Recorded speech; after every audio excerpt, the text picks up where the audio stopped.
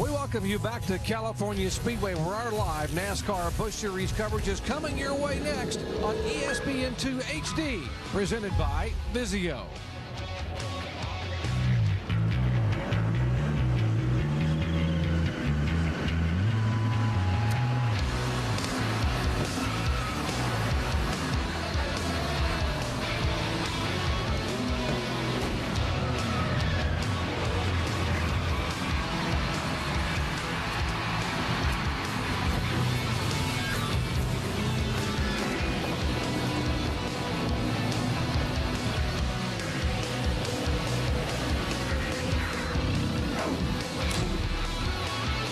Welcome you back to California Speedway, where the sun is about to set here over Southern California, and that means it is time for NASCAR's Busch Series stars to shine. Race number 2 of 35 on the $50 million NASCAR Busch Series season for 2007. Hello, everyone. Along with our championship analysts, Rusty Wallace and Andy Petrie, I'm Jerry Punch. Glad to have you with us here at California Speedway. Guys, this racetrack 3,000 miles geographically away from where we began the season last week at Daytona. But in terms of demands on car and driver, it is a world apart. And Rusty, you're cinching up in that seat for the second time this year, but the first time with no restrictor plate on the car. What are your concerns right now? Well, Jerry, my biggest concern right now, a lot of these drivers in these cars, I don't know who they are. The car colors are different. The drivers are different. They swapped a lot of stuff around since the last Daytona race. So Kevin Harvick's not in the familiar 21. He's in the 33. Young Timothy Peters is in the 21. Stuff like that. That's on my mind. The other thing that's on my mind, hey, we're going to start this race in a day, and it's going to end at night. The chassis is going to be way different. And, Andy, we're going to have to work on that. Yeah, I'm going to tell you, if I'm your crew chief, don't worry about those other cars. Just worry about your car. You worry about your car. Keep it out of trouble. Keep it in contention. I'll get it adjusted for you. If you'll tell me what it's doing, I'll get it adjusted for you by the end of the race, and we can go get them. How aggressive can you be, though, early on? You know the track's going to be slippery and sliding. We saw a lot of slipping and sliding there in qualifying. And you got to get the goodie out of the tires, meaning when the tires are brand new, you go for it. You get all you possibly can, because here in California, track position is everything. I want my pit crew to give me a good pit stop. I want to stay in front. That means 4 tires, 2 tires, or no tires. But here today, I'm sure it's going to be 4. NASCAR's Busch Series finest strapping in now, getting set for race number 2. It is a $50 million season. What a finish we had in Daytona, as Kevin Harvick came from 31st starting spot to win the season opener. The reigning series champion winning the beginning race of 2007. Now it is time to go down trackside for the words we've all been waiting for. Here is the command to start. Once again, race fans, welcome your Grand Marshal, the Red Rockers, Sammy Hagar, as he delivers those most famous words in motorsports. All right, motorheads, are we having any fun yet? Are you ready to go racing? Gentlemen, please start your engines and line them up!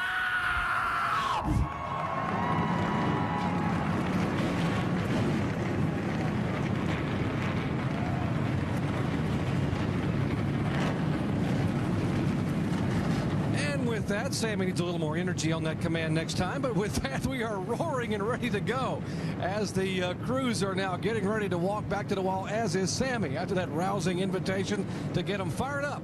Let's check in on some of the late-breaking stories in the pits. Here's first Alan Bestwood. Well, Doc, Toyota starts on the pole tonight. Dave Blaney driving a car fielded by Braun Racing. Now, Braun Racing is a NASCAR Busch Series only team trying to compete against the Nextel Cup giants like Roush Fenway, Richard Childress Racing, Hendrick Motorsports, and Joe Gibbs. The Braun team feels like the engineering and engine support that they've gotten from Toyota has put them on a competitive par with some of the giants of the sport. They've got a chance to make history tonight if they can win this race. Alan, this race will go from day to night, and the difference in the way this racetrack feels to a race car is night and day from the start to the end. The team that wins tonight will not be the team that's fastest at the start of this race. It's the team that can adjust throughout the evening and make the car come to the track. We'll see who can do that. It's not an easy task. These teams have all built what they call adjustability into their cars to try to make that happen. We'll watch and see. Jamie? Well, Dave, coming back to California Speedway is somewhat of a homecoming for Sam Hornish Jr., the open-wheel star. You know, he had 2 wins here in 2002 and 2003, but tonight he's starting just his 4th Busch race. That means he is a rookie here in his stock car, guys. We'll have to wait and see how he does. He's starting 16th. That's the best yet. Mike? Well, Jamie, just how important is track position at the California Speedway? Well, the last 4 Busch Series winners here have started in the top 4 starting positions. That, however, does not mean this race will be settled on the racetrack. It could be settled here on pit road. The pit boxes are 42 by 20 feet wide, spacious, but not forgiving. One little mistake here could mean disaster for a team on the racetrack. At speeds at near 180 miles per hour, a 1-second difference on pit road could mean a distance of nearly 300 feet, nearly the distance of an entire football field. They certainly don't want to fumble the ball here. One guy calling the shots is crew chief Pat Smith, crew chief our in-car analyst Jeff Burton. Jeff Burton, Rusty Wallace, ESPN, you got us? I got you. Jeff, a lot of people are concerned about how slick this track's going to be at the beginning of the race. You feel like they get a good handle on it? That's right, Rusty. Got a lot of static there, but yeah, I feel pretty good about it. I think it's going track's going to loosen up here as it gets cooler, and looking forward to it. So you actually think that as the track cools down, it's going to get looser?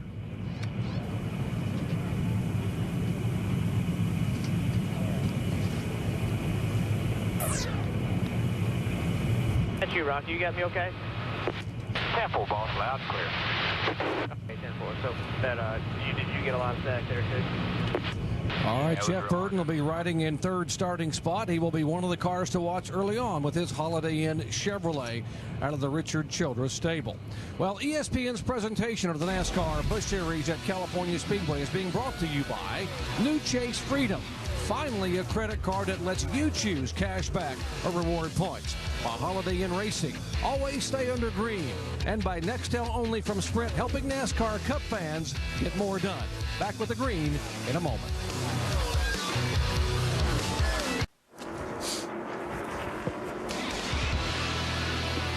NASCAR Busch Series action coming your way live. Flag-to-flag coverage from Fontana, California. California Speedway hosting their 14th ever NASCAR Busch Series event. And we got some special views for you in this 300-mile race. In fact, we're going to have 8 high-definition onboard cameras. Now, let's hear from the guys who will be carrying our cameras in tonight's race. The hard thing is you run straight into the sun, which makes it difficult, you know, when you got all day that you could run a race, and we start late like that. But it makes it more challenging for the drivers and for the crew chiefs, for sure, to have to plan ahead. You kind of have to go off some past experience. Last few Cup races here ended at night. The fall race does. So try to use some of that experience, what the track does, and you know, try to apply that to your setup so you can have a good event. I'm from Long Beach, California, and it's about 40 to 45 minutes from here in Fontana. Mileage, I don't know. You know, in California, everything's time-wise, so depending on traffic. But I love coming back here. I mean, Southern California is great for me. I got a lot of family, a lot of friends. My past experience in California is a track gets really tight as you know, as it cools off, and a lot of times that's good. You get a lot of grip, the cars get tighter, but the speeds pick up a ton, and guys tend to think that they're more Superman-like whenever it's when it's cooling off out here. Here, the draft is big down the straightaways, but you lift getting into the corners, so it's not something that you really draft by somebody in any of the corners of California. You see guys running the bottom, middle, top, and sometimes from the drop of the green you see people doing that. The straightaways are long enough where you can use the draft to gain on a guy in front of you, and it's just a pretty cool place. And we'll also have an onboard camera with Kenny Wallace, who will be starting back in 27th position. He is subbing for David Gilliland, who is from nearby Riverside, California. Gilliland has a little bit of a flu, and Kenny got in at the last minute, no practice whatsoever, did a great job qualifying this car. The freecreditreport.com Ford for Ed Renzi in the top 30, as he will start in 27th spot, his 383rd NASCAR Busch Series start. Well, it's been a cool week here in California, but today the weather turned out nice, so temperatures have come up. It is much warmer than it's been all week long. Yeah, it's much better temperature than it's been. We've had wind, we've had rain, we've had cold, but right now we've got, as you see, track temperatures 94, air temps 59. We got a little bit of wind, not too bad, but it's sunny. But it's getting ready to change real quick. As you take a look at our race analysis, this is a 300-mile event, 150 laps on a 2-mile racetrack.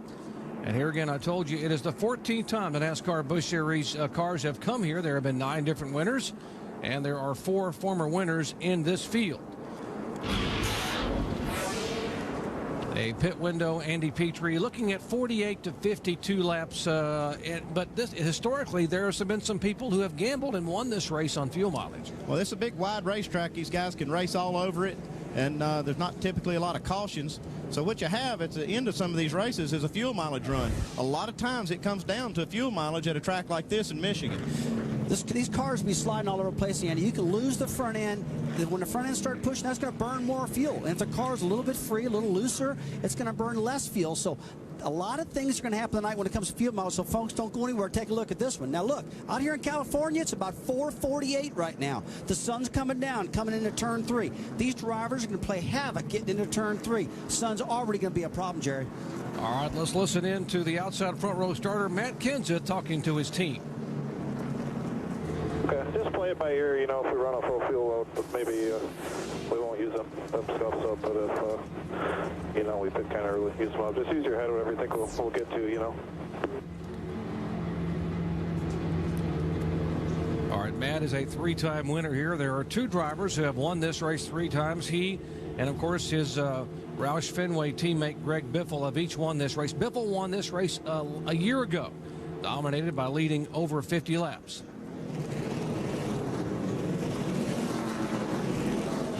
You qualify, there are certain cars that are at the back of the field today. Marcus Ambrose, who was the rookie who had damage, had to go to a backup car. Carl Edwards, who had a tire go flat when he was qualifying. And these cars that had adjustments after the impound, they in fact, Steve Wallace had a great qualifying effort, but they had to go to the back of the pack. Well, we saw after Stephen Wallace qualified that he had broken the valance on the front of his car. He said that he'd got permission from NASCAR to do it, to change it, but maybe they just had to move him to the rear of the field. Maybe he got penalized for that. I guess adjustments are adjustments. Here they come down for the green flag, and we are underway with NASCAR Busch Series action at California Speedway.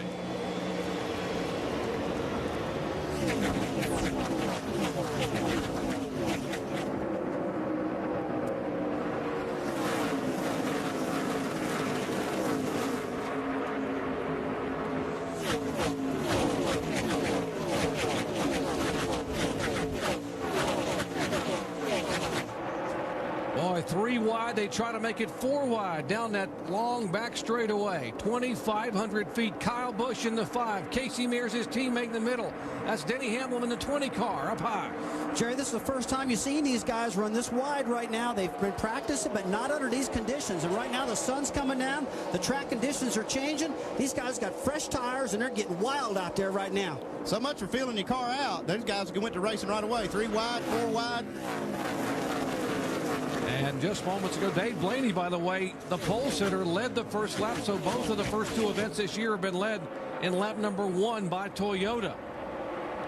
Toyota making history in the NASCAR Busch Series by winning their first ever pole and only the 2nd race they've competed in.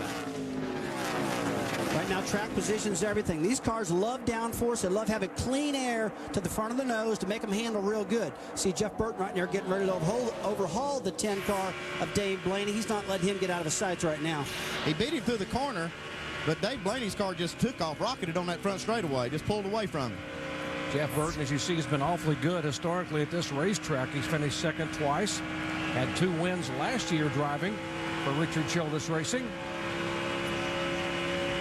And we have trouble. 1 car spinning. That is the 77 car that has spun sideways. Caution is out. Caution's out. Curtis Davis driving the Kevin Harvick Incorporated car. And the 0 of Eric McClure also involved. Doesn't look like Curtis Davis has any damage. The 0 looks pretty clean too. Don't really know what happened there. It kind of happened toward the back of the field. Curtis Davis driving one of the 3 cars owned by Kevin Harvick. This is the car driven by Bobby Labonte. Got real loose when I tried to pass him. I didn't hit nothing, though. In qualifying, this 77 was just out of control loose. Looks like they didn't get it fixed. You got to spend a lot of time. These cars were so loose in qualifying, Andy. This racetrack hasn't changed a whole lot. The sun is starting to go down a little bit. It's not enough right now to see big changes, but I'll tell you what, those guys got real lucky that they didn't tear the fenders off these things. Curtis Davis did a great job spinning that thing and holding on to it.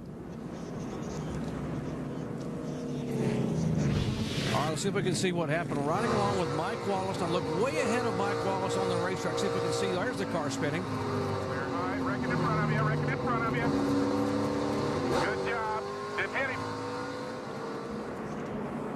Now, how in the world do you see all the smoke plus the glare on the windshield? I don't know how Mike Wallace knew anything was happening in front of him. I can tell you, just whoever watched Days of Thunder and all that smoke, that's what it looks like, guys. You're coming through that smoke and you're going, hey, is this guy going to slide to the top? He's going to go to the bottom. What's going to happen? And look, they were missing him everywhere just then. Everybody got lucky there. Mike did a heck of a great job getting out of that accident because, boy, it was right dead in front of him.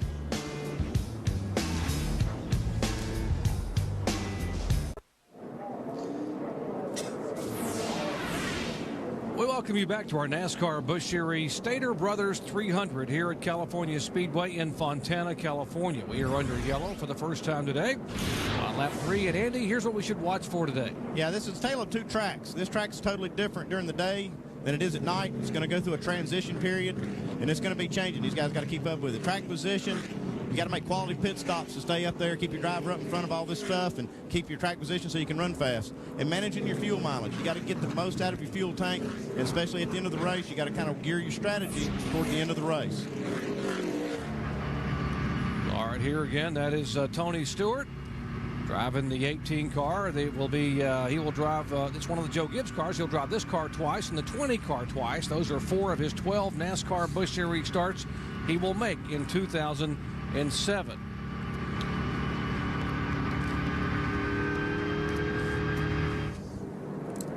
Field lined up behind Dave Blaney. If you just joined our coverage, Blaney winning the pole for the first time ever for Toyota. It's his 7th career pole, but first ever for Toyota in NASCAR Busch Series competition. Green flag, green flag.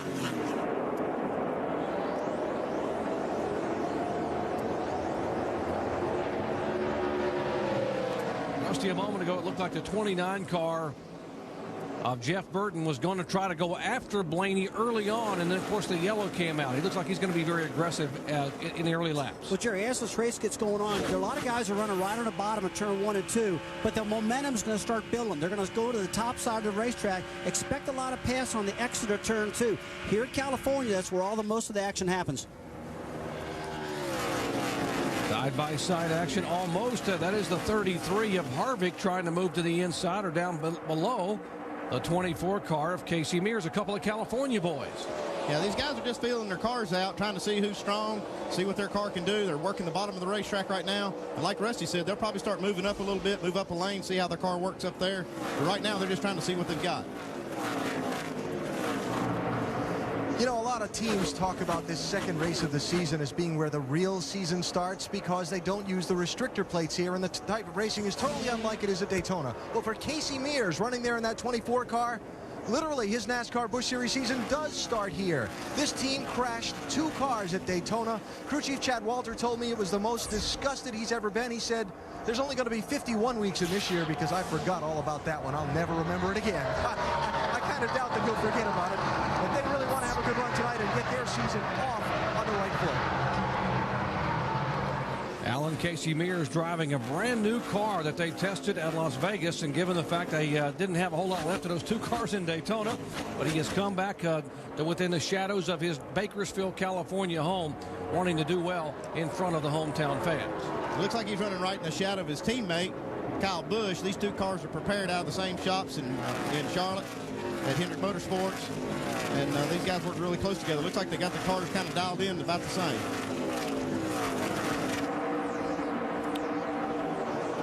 Here is Joe Nemechek in the 87 leading this group, the 37 car. That is Jamie McMurray.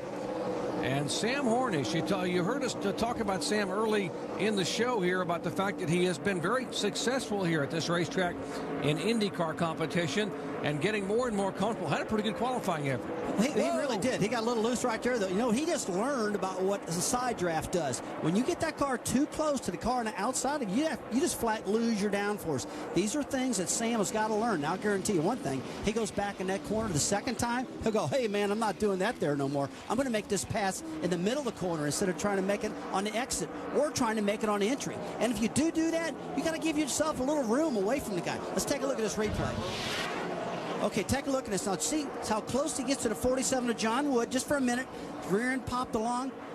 He learned a little something right there, guys. Sam Hornish lost about 4 spots with that little wiggle a moment ago. Juan Pablo Montoya able to get by. He's another one of the rookies and former Indy 500 winners. And here's a pretty good battle between Dodge and Toyota, the 9 car. That's the car that won here last year with Casey Kane, being passed now by David Rudiman. Tell you what, that Toyota's got big horsepower. You just saw a little while ago all that sun going down the back straightaway into turn 3. As those drivers are negotiating the entry of turn 3, they got to watch that sun, and the spotters have got to help them. But as you saw, guys, as soon as they made it through those, where that sun was coming through the billboards over there, they got where you could see again. And that's the Mr. Feelgood when it comes to their driver. Woo, here comes the track back again. They're liking that part. Yeah, David Rudiman had a great car in practice, and he didn't get a very good qualifying run. He's moving his way up through here. It's going to be neat to watch him coming up through the pack. Yeah, Rudiman already up to 13th position. So a good run early on for the Aaron's Dream Machine. Here is David, who basically is going to run the entire season in this series and try to run as much as he can here and also run full-time in Nextel Cup. Let's check in with Dave. And, Jerry, you guys have been talking about Toyota horsepower. That is one of the things that David Rudiman noticed most about his ride this year, being able to pull out and pass cars, just like he did with the 9 car of Scott Riggs. He couldn't do that last year with his car. He can do it now, and all the Toyota drivers are talking about it. We can pass people with horsepower. Alan? Well, Scott Riggs, right after he was passed by David Rudiman, came on the radio. Rusty, you can help us with this. He said, I'm having to hold too much wheel in it all the way through the corner. What do you think? Well, that could mean too many things. I mean, there's 2 things it can mean. It can mean the car's losing the front end, he doesn't have any front grip, or he's holding on to it for dear life because that baby's loose. Yeah, he probably means his car is pushing, meaning it won't turn. When he turns the steering wheel, the car just kind of wants to go straight. You know, this first run is real important, guys. They need to run at least 30 or 40 laps so they can tell their crew chiefs what's going on with this car. Because, like I say, you can practice all you want on the racetrack. You can make 20-lap runs, 30-lap runs, and it's nothing like having the whole 43-car field out there running side by side, stirring up all this turbulence. So after this first run, they're going to be talking to those crew chiefs, putting some wedge in, changing some air pressure, stuff like that to make it better. You see some of those guys already working that outside groove coming off turn 2. That 9 car using that for momentum. He's probably chasing his car up there a little bit, but that's the way he's able to keep up. Well, great NASCAR Busch Series action. We are in the early laps here at California Speedway. It is stop number 2 of 35 in the NASCAR Busch Series. Our live flag-to-flag coverage coming to you on ESPN2. For more information, go to NASCAR.com for updates on what's happening here in the race. Guys, lap 14 of 150, these drivers were talking about 2 problems early on. One was the fact that the sun's in their eyes going into turns 1 and 2. I mean, how do you adapt for that? I mean, what can you do? I mean, you obviously can't wear sunglasses. Jerry, the guys that have been here, and I'll take a look at this shot right out of the end of the car. That's what the drivers are seeing. It's really hard to negotiate that. Boy, it's blinding sun, then all of a sudden, whew, that gets better. What you got to do is tape the windshield down. Some guys have done it. If you look at the extreme left-hand part of the screen here, you see a little bit of tape coming down there, and they're trying to bring the tape down so the sun doesn't shine so bright in their eyes. Some guys are running smoke shields and having goggles under their lenses that are clear. A lot of different driver techniques, but one thing for sure, they all know they're going to have to encounter this, and it's up to each one of them to figure out how to maneuver around that sun problem.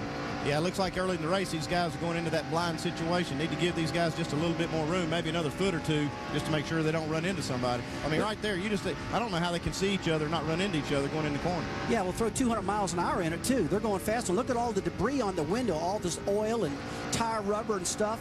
Tell you what, folks, just imagine you driving your car in blinding rain at 200 miles per hour. That's what these drivers are basically up against you. That's the vision they got going into turn 3. And trust me, you know as well as I do, that's not good.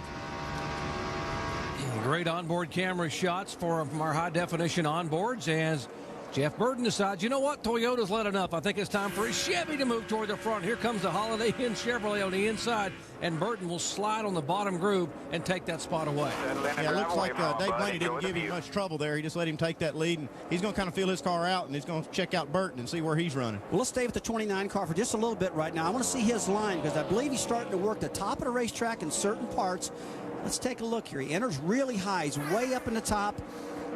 About a lane. Well, boy, great late entry, Andy. I mean, when you can stay that far out and bring your car all the way to the bottom of the racetrack, great indication of a good handling car. Yeah, that's a great handling race car, and that's what you have to do at a track like this. You got to do that, what I call a late arc or late entry, where you can turn that thing in there real wide, pull it right down to the bottom of the racetrack, right in the middle of the turn. Well, like 29-year-old Jeff Burton is our in-race reporter. We'll be able to talk with Jeff back and forth, as well as his crew chief, Pat Smith. Right now, he is our leader at California Speedway. Back with more live coverage in a moment.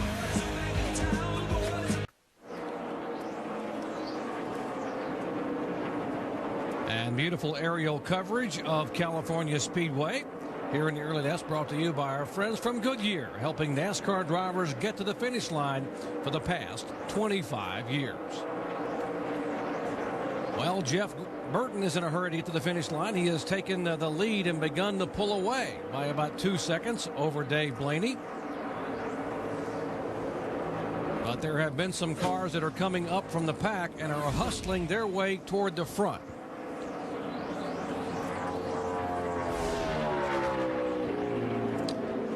Among those that have started toward the back of the pack is Tony Stewart. And guys, it was no surprise at all that Tony Stewart in this car, and the 18 car for Joe Gibbs Racing, would be coming in a hurry. Tony qualified back toward the back of the pack, and it started in 23rd position, and now he is being shown in 9th spot. Well, as we check in his pits with Alan Bestwick. Hey, Doc, interesting story about this race car and Tony Stewart. He does not normally drive for Joe Gibbs Racing in the NASCAR Busch Series races. This is a new car that they built with a few developments on it aerodynamically to try and help the back end grip on the car. They fought this car all weekend in practice. Couldn't get the back end to hook up. Couldn't get the back end to hook up. Tony told me just before the race, we've thrown everything at it. I'm not sure we're going to be able to. Yet, since the start of the race, started 23rd. He's worked his way up into the top 10 now, and Tony just reported to the team that he can pretty much make the car behave as he wants it to in the corners, depending on what he does with the pedals. And I would imagine, guys, that's a very comfortable feeling. You know, you can make the car do what you want it to with your left and right feet. Well, it's nice when you can take a car and maneuver it. I mean, when he's talking about the pedals, he's talking about trail braking a little bit. As he goes in the corner, he'll be on the brake a little bit. He'll back steer the car a little bit. He'll work the brake pedals, work the throttle. A lot of times, the way these rear suspensions are designed on these Busch Car National cars, they call them truck trailing arms in the back. The more you pick the throttle up, you can get more forward bite. So he can pick the throttle up. He can try to get all hooked up. But he's running in a Harvick right now. That's his next victim right in front. And Tony's got that car working good on bottom and the top of the track. All right, Kevin Harvick, there is the 33 car, the Road Loans machine for Kevin Harvick. And, of course, he had a dream weekend last weekend, Daytona, not only winning the NASCAR Busch Series opener, but coming from back in the pack, picking those last couple laps in 7th spot to win the Daytona 500. Now, speaking of back in the pack, earlier in the day, the youngest driver in the field, Steve Wallace, was the best qualifying Dodge. He qualified 8th overall in the Home Life Communities Dodge in his 20th career start, but he had to start at the back of the pack because they had broken part of the front valence. And here is Steve Wallace in the Home Life Communities Dodge moments ago. Watch this action with Juan Pablo Montoya. I'll tell you what, it's just classic rookie stuff right now. He's learning the same thing that Sam Hornish is learning, that these cars get really depth and loose when you're side by side. I've told him, and Andy, it looks like that little problem with the hood. It looks like the hood is caving down in the front of a little bit, like maybe it's broke a brace underneath of it. Caution's out for debris in two. All right, for more on the 66, let's check in with Mike Massaro. Well, Jerry, it seems like there might be a little bit of a disagreement between the 66 team and NASCAR. I've been told that because they replaced the front valence after qualifying, it broke off in qualifying. As you saw, the 66 had to go to the back of the field. Well, the 66 team is claiming that they asked permission of NASCAR before they did it, and what they were told, according to the team, was that they would not be penalized. As you can tell, they were. So it seems like right now there might be a little bit of tension right now in the 66 camp. Well, whenever you ask for permission to do something, NASCAR says okay, then they come back. I don't know what to think about that. Although the rule has always been if you change anything on the car after qualifying, you go to the back of the pack. So I was surprised when that air dam broke off that NASCAR said they could go to the front. Right now the car's running pretty good. He's picked up about 10 positions, 15 positions, marched in the front, got a little loose beside Montoya there. They're going to have to stay working on the car to keep it running well throughout the day, though. All right, Andy Petrie, second yellow of the day, lap 27. We saw the fuel window was 50 couple. What do you do? Well, we're going to probably come down pit road right here. It's the first time we've had a chance to come in and work on the car. I'm sure all the leaders are going to come in, make a few adjustments, get a full tank of fuel. They don't want to be caught out here under a green flag situation where they'd have to pit. Looks like your leader, Jeff Burton, low on the racetrack, will be coming on. And remember, it's a 150-lap race, so you're going to make 2 pit stops, or a minimum of 2 pit stops, and this can certainly adjust the fuel strategy. Yeah, they're looking for new tires. These drivers are wanting new tires on the car. Like I said, they want to get gas in them. You might see some strategy here. 2 tires, 4 tires. All right, we'll find out what they're going to do. Let's check in first with Jamie Little. Well, Doc, 3-time winner of this race, Greg Biffle coming in. He's actually happy with this car. One of the fewest drivers complaining about his car. They're just going to do 4 tires and fuel. That's Greg Biffle, made up 5 positions already. To Mike. Kyle Busch describing his situation as a level 7 tightness. That's bad. Major changes on the car, air pressure, track, and wedge bar. Let's go now to Alan Bestwick. Middle frame and the 3 boxes on the left. No changes for Casey Mears. Started 5th, moved up to 3rd. Just a 4-tire change and top off the fuel. Dave? Jeff Burton, top of your screen. They talked about no changes, but then Jeff said, you know, we better learn what we can now. Let's make a slight air pressure adjustment in the right front tire because other people are going to make changes maybe and get better. We need to know now. And adjustments on the car. There was the race off of pit road. You see Jeff Burton did not lose anything. How about Kyle Busch's bunch? They changed everything but the number on that car and still gained a couple of spots during the pit stop. Greg Biffle's bunch up 3 spots. Casey Mears back 3. Dave Blaney. And that's maybe a little more inexperience for a NASCAR Busch Series crew compared to some of these Nextel Cup crews that are pitting the cars. Yeah, you got a lot of Busch guys that don't change tires on the Cup cars, and they don't have the experience that some of these crews do. But looked like you may have seen maybe 1 or 2 of those cars get 2 tires to try to get track position. If you're going to do that, this would be the perfect opportunity. Early in the race, we've only run about 25, 30 laps, and this would be the time you want to try it. Well, our Aaron's Lucky Dog free pass goes to Brad Keselowski, the 23-year-old second-generation driver. Will get back on the lead lap by virtue of this caution for debris. When we come back, we'll wave the green flag once again at California.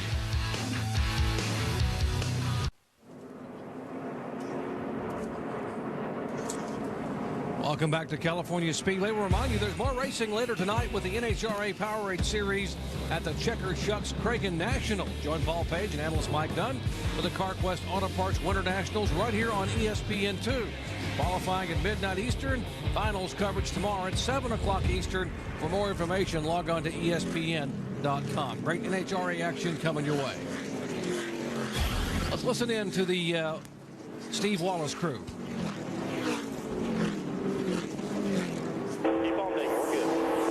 Right rear tire looks good here, Steve. The right rear tire looks good.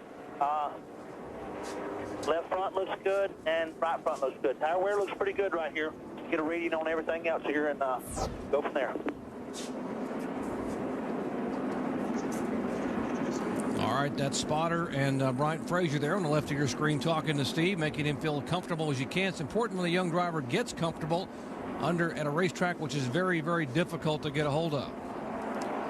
Coming down for the restart, once again, Jeff Burton, after the pit stops, will lead them down to the green flag.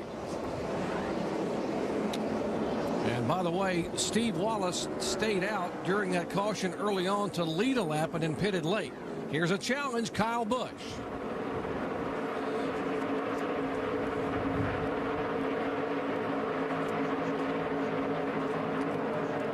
By the way, it's Mike Wallace in the 7 car, the Geico car that stayed out to lead a lap under this previous yellow and then came in with a late pit stop.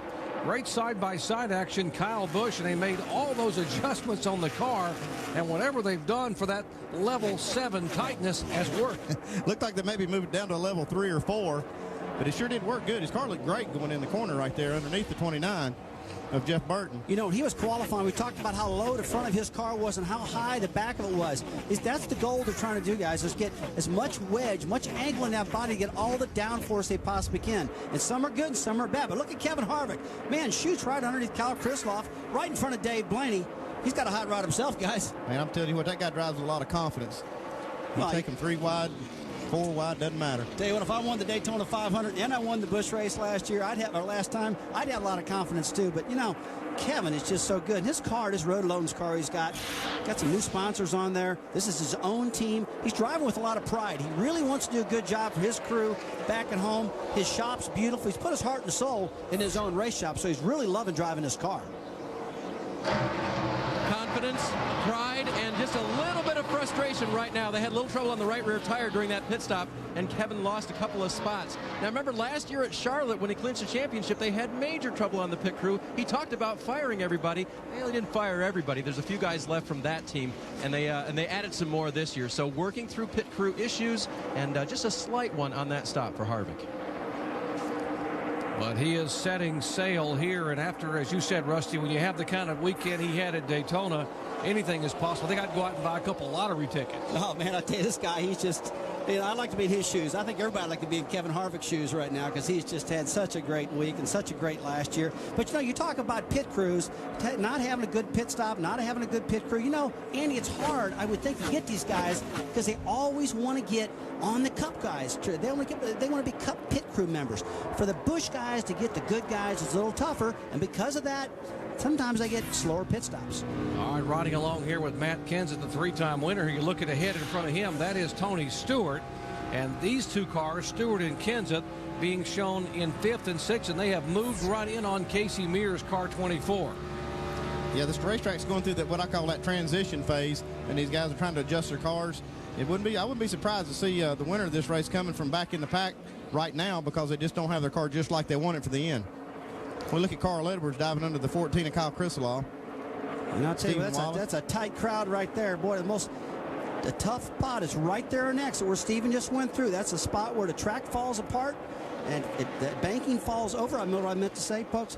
And that is a real loose spot. That's where you just saw Sam Hornish about to spin out. That's where you saw Montoya and Steven having a problem. Got to be careful in that Exeter turn, too. Yeah, this is 20, 21st, 22nd along in here as Steve Wallace trying to follow. A pretty good guy to follow, and Carl Edwards up through the field. And so they're making their way toward, or now inside the top 20 as you ride along with David Rudeman on the Aaron's machine. Rudeman started back in 15th, but now after the cycle of pit stops being shown in the 23rd position. Matt Kenseth kind of on a march right here. I've been watching the monitor, and he's making some pretty good lap times. Just drives under Tony Stewart, starting to make his way to the front. You know he's going to get there sooner or later. Yeah, you know Kenseth is going to be there. This guy is so consistent. It's just amazing. These Busch cars, he's been strong throughout his whole entire career. They're working the bottom side of the track a lot, I see, Andy. I wonder if this because of the fresh tires right now. And for more on the 17 car, let's check in his pits with Alan Bestwick. Well, Matt Kenseth trying to add another win here at this California Speedway to his career. Doc, he's got 3 NASCAR Busch Series victories here at this racetrack already. This is a race car that is race proven. This is the car that he won the NASCAR Busch Series season finale in at the Homestead Miami Speedway last November. His crew has reworked the body a little bit. I talked with Matt before the race. He thought the car was pretty good. Waiting for the sun to go down, the conditions to change. They're hoping it comes to them. They made some big adjustments, though, on that last pit stop. Yeah, very good point, Alan. This car, and what a way for Kenseth to finish the 2006 season, winning back-to-back. Well, right in the middle here, it's a horny sandwich with Edwards saying, I think I'm going to back out. They got another young driver on the outside. Doesn't look like Sam Hornish is going to back out. And I'll tell you what, Hornish has got himself in a hornet's nest back there. I'll tell you what, with Reagan on the outside, you got Carl Edwards driving it in 3 deep on the bottom side of the track. That's a bad position for Hornish to be in, but he gathered it up. You got to hand it to him. Now, Carl Edwards, he had to go to the back of the pack after he spun, lost that right front tire. He's been marching himself right back up to the front, too. Yeah, give a call to the Hornishes guys. I mean, what a great job they have done dialing this car in. Matt Gimbel and company, his car running awfully well, starting to move up toward the front. Yeah, we saw him slip early. His car kind of got out from under him. After he recovered from that, he kind of settled in there, filled his car out. Now he's starting to move up to the front. He's looking pretty good right now. Yeah, here comes Carl Edwards in the 60 car on the outside. Well, we saw the 10 car early on as our pole sitter be one of the strongest cars in the first few laps. But, guys, it looks like there are some troubles now as we check into our pit studio with Tim Brewer and Brad Daugherty.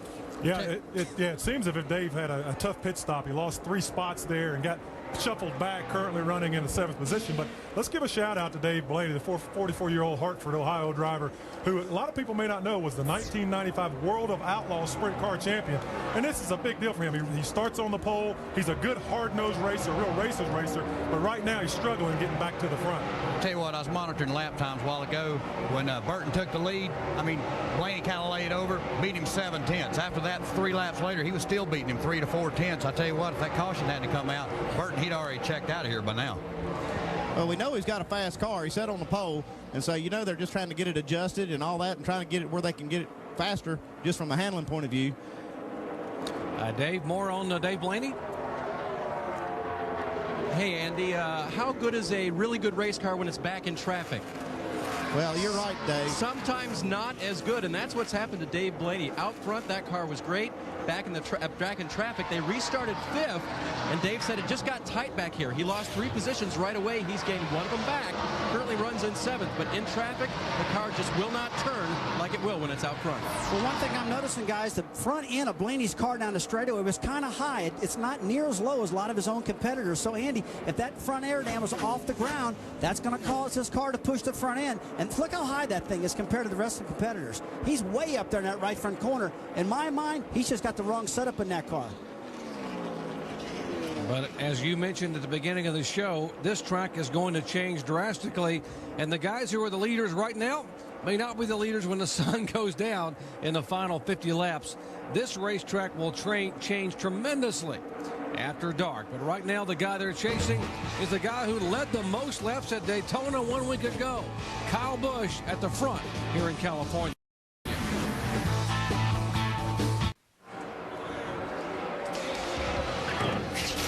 Let's look again at the race highlights in our Holiday Inn race rundown. It began with Sammy Hagar.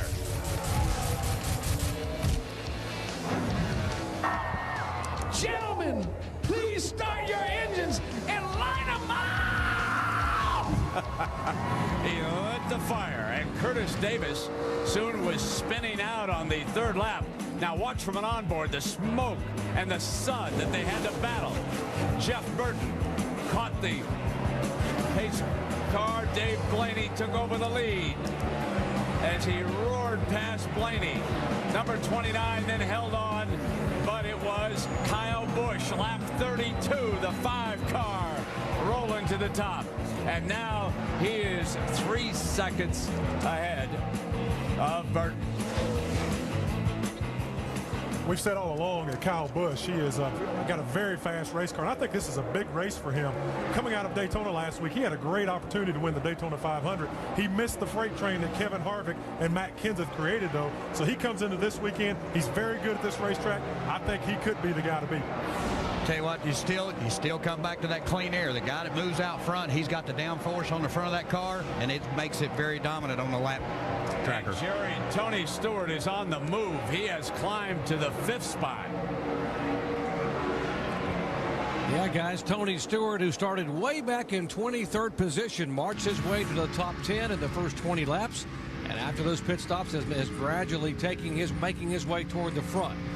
Jerry, that last pit stop that came on lap 27, that was a real key stop. Those guys got to come in, make some key adjustments that needed to get done. They started the race, whether their car was losing a front or losing the back. They made some wedge adjustments, air pressure adjustments, and some of these guys that weren't running good earlier are starting to really pick up now. They got these cars better. And one of them, Carl Edwards, I mean, he was way in the back all the way up in the 13th position right now. Edwards is flat making some tracks also. All right, we are here lap 49, so we are a lap away from the 1/3 mark through this event. 300 miles on this 2-mile oval. Here is Kyle Busch in the Hendrick AutoGuard Chevrolet. Led 46 laps at Daytona last week prior to having a problem and having to call it a night. The 29 car, Jeff Burton is second. Mears, Stewart, Kenseth, Blaney. Paul Menard now being shown in the top 10.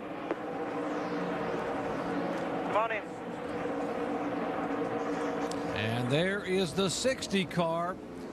That is the Roush Fenway efforts for Carl Edwards. And Kevin Harvick is back on pit road in the 33 car. Looks like he's got a right rear tire Might be a little down. low on that right side, guys. 10 away.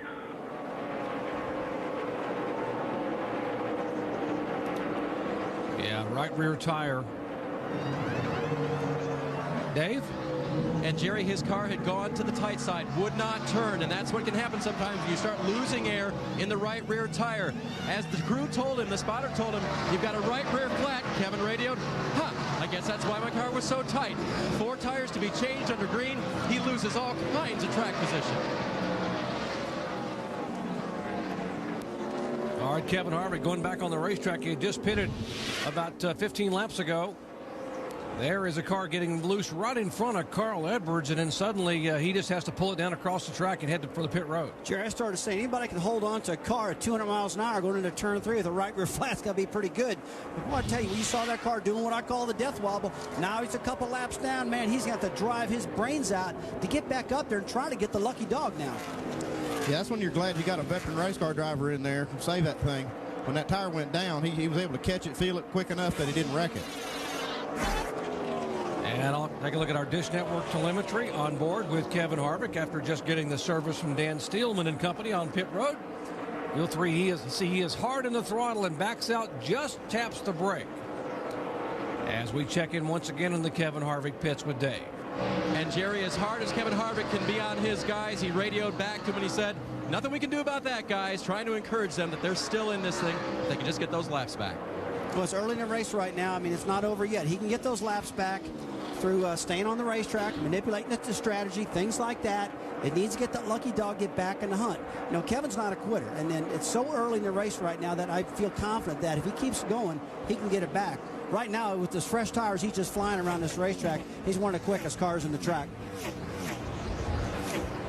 Yeah, I got a question for Rusty Wallace. As you saw Kevin run down into that corner, he had that throttle matted, and then you see him lightly tap the brake. Why does he have to do that at all? Is that setting the nose of the race car? I mean, couldn't he just come off the throttle a little bit instead of tapping the brake and drive it through the corner? Well, Brad, this is a D-shaped racetrack. If you notice, you come down the front straightaway, it's a real smooth entry into turn 1. They don't need near as much brake going into turn 1 as they do in turn 3. So you're going to see the cars use a much more brake coming out of that back straightaway because the corner's tighter, and they got to slow it up more. Now you see the front straightaway speeds a little while ago approaching 200 miles per hour. Kevin Harvick's car approaching 9,100 RPMs a little while ago on those fresh tires. And I'll tell you what, when you see those high RPMs, there you go, 91.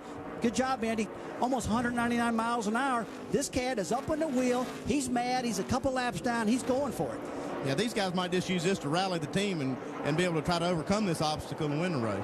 And remember now, folks, there is a free pass if he can become the first car a lap down. He is actually 1.7 laps, just under 2 laps behind the leader. But he is driving for what he's worth to try to get in front of Keselowski, the 23 car, which would put him the first car a lap down.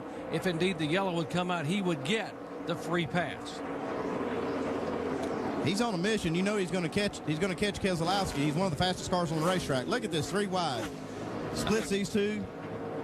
Man, that boy's on the wheel. Now, guys, did you see that shot just a little while ago of where the track had so much rubber buildup on it, a lot of black streaks? That's what this racetrack does. And, man, I'll tell you what, this is one slick joint to race on because of that. Well, Kyle Busch likes this racetrack. He became the youngest NASCAR Nextel Cup winner in history. At the age of 20, a couple of years ago, winning here. He wants to win a Busch Series race here today.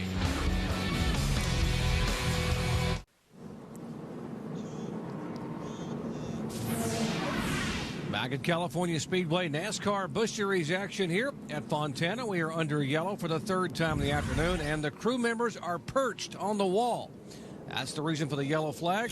28-year-old Eric McClure had a right front tire go down in the corner, and that's the result. The right side of his hefty Chevrolet completely flat. As he goes in our turn 3, boy, he couldn't hold on. It just went down on. Must have run over a piece of debris, blew that tire out. And, you know, these cars have got interliners in all 4 tires, but at that angle, on that speed, when you lose that tire, man, even though you got an interliner, there's no control in that car. Those interliners at a place like Daytona or Talladega, if you lose them in the straightaways, and if you have a problem in the straightaway, it can save you. But, boy, when you barrel that baby off in the corner and you lose that thing, you just hold on right now. Thank gosh for these soft walls and those good seats these guys got, because it really helps them.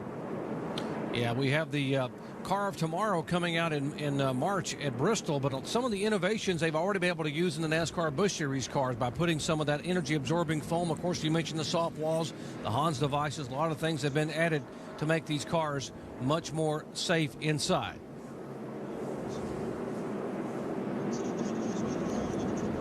All right, here are the three cars we'll be following on pit road here momentarily. Kyle Busch, Jeff Burton, and Casey Mears. And we'll see who can come on and off pit road in a hurry. As they come down pit road, we'll check in first with Jamie Little. Well, Doc, the last pit stop for number 16, Greg Biffle, he gained 4 positions. Now they are going to make some adjustments to this car. He said it was a bit loose. They're going to tighten it up with an air pressure adjustment, a wedge adjustment, 4 tires, and full fuel for the winner 1 year ago here, Greg Biffle.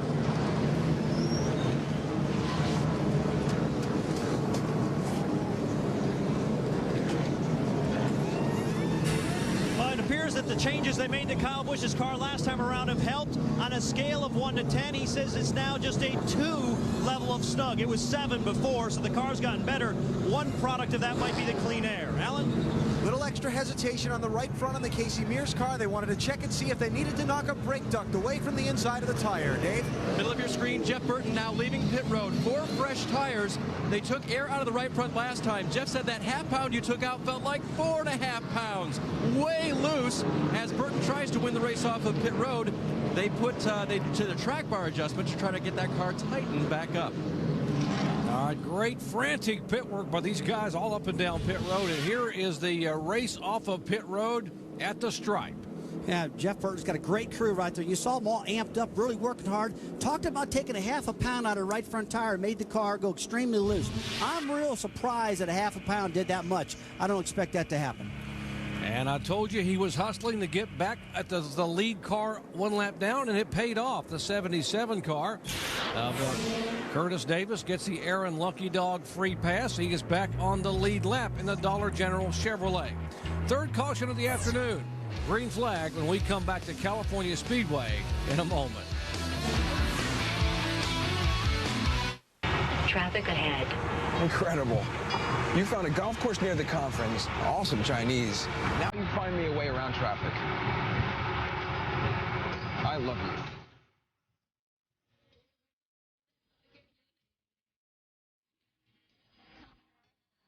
Take Market Street exit.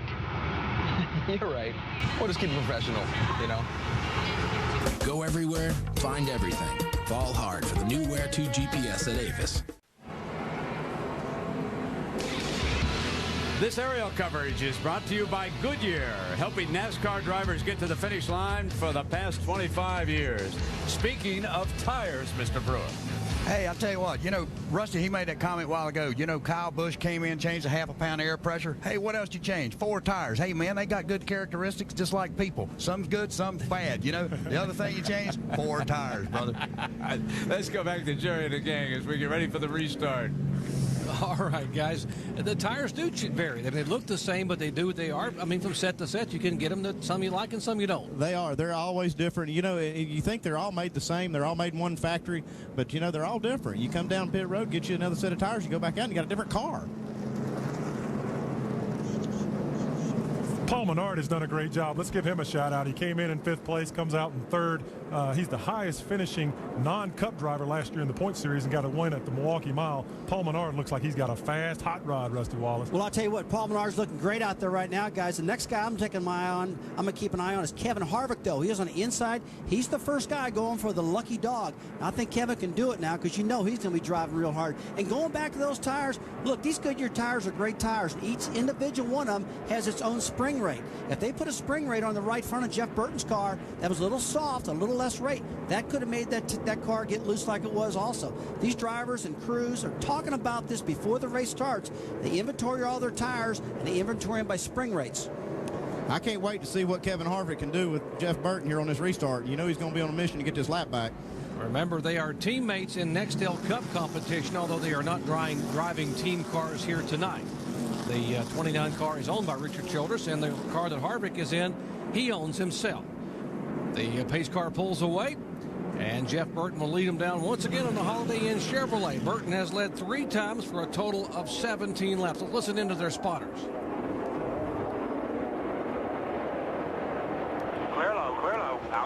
outside.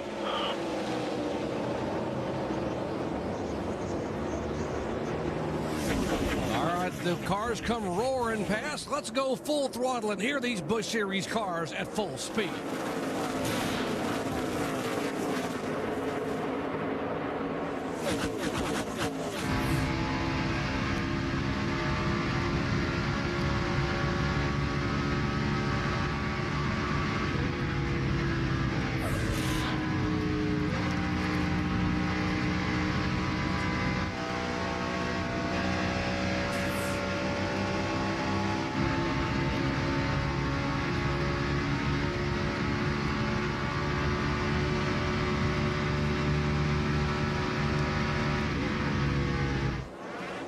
Great action side by side. Tony Stewart on the inside of Paul Menard.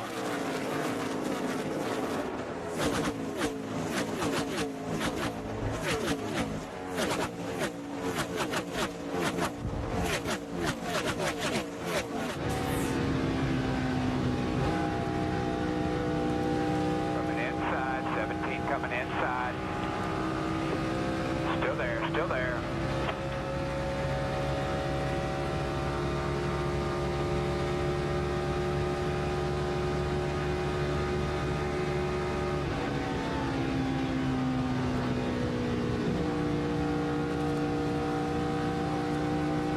Trying to sneak in the middle. Still inside, still inside. All clear, buddy, all clear. 5 coming with you. All right, Spotter talking to Jeff Burton, telling him that Kyle Busch is going to come with him, but these guys are side by side, Busch and Kenseth. It's great racing for the lead. We saw Kenseth try to drive up on the inside of Jeff Burton in that 29 car. He probably got a little bit loose, and Jeff just stayed tough on the outside and maintained the lead. Matt did lead a lap, but now he's fell back to third. Andy Petrie, Brad Daugherty down here, the big ugly guy. I got a question for you. I'm looking at these race cars, and last week at Daytona they ran about 3,000 pounds of spring in the front. But as I'm looking at these race cars, their attitude in the corners, it looks like they're almost diving the noses down in the ground. Is that coil binding that you had talked about? Can you explain that a little bit? Yeah, that is what they call a coil bind setup, Brad. And they look quite different than they did at Daytona. If you watch the cars on the straightaway at Daytona, they didn't have this nose down attitude. They run about 400-pound springs in the front, which would be about an 800-pound total across the front here. And they run these springs so soft that when the car goes in the corner, it just kind of collapses straight down on top of these springs, and it stays right there all the way down the straightaway.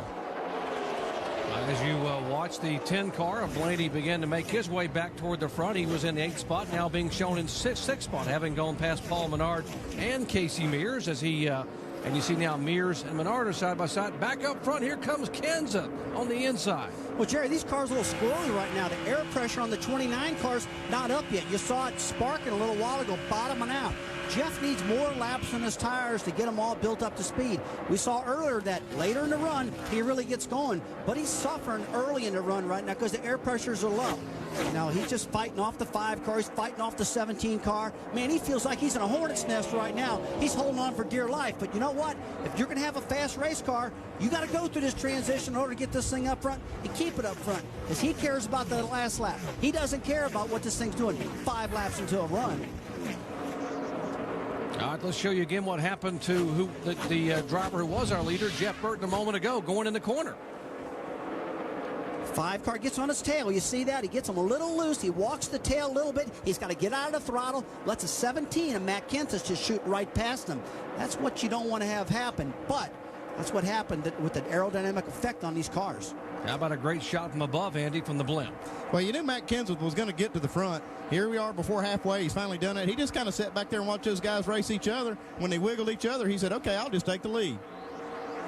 Great aerial coverage from our friends at Goodyear, giving this shot from high above California Speedway as you watch Kyle Busch again try to make the move. And here is Matt Kenseth in the Dish Network for it. Kenseth, of course, a 3-time winner here at California Speedway. One guy that's holding his own right now is the 33 car, Kevin Harvick. He's in a position where he needs to be, just hanging out for that lucky dog. He doesn't need to get in a big hurry. He's the first guy to get this lap back right now if the caution will come out. There's Greg Biffle. And back up front here is Matt Kenseth. Kyle Busch in 2nd spot. Jeff Burton back in 3rd. Biffle was 4th. Jerry, we're starting to go through the track transition right now. The sun's down. The lights are on here at the Speedway. The racetrack's cooling off. This is the part Andy and I and the rest of us talked about all week long now about what this track's going to do. This place is very, very sensitive to temperature. Look for these cars to stop sliding around so much off of turn 2 when the grip comes in this racetrack. Yeah, I'm going to be talking to my driver right now, and I'm going to tell him that the track is really cooling off. The sun's going down. And I want you to really examine your car. Tell me what it's doing so I can get ready to make a change when we make the next pit stop. Some wedge or something like that. A little while ago, Tim Brewer talked about tires having different personalities set to set.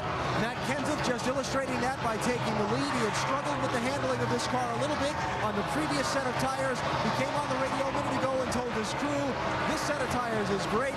That's why we've taken off.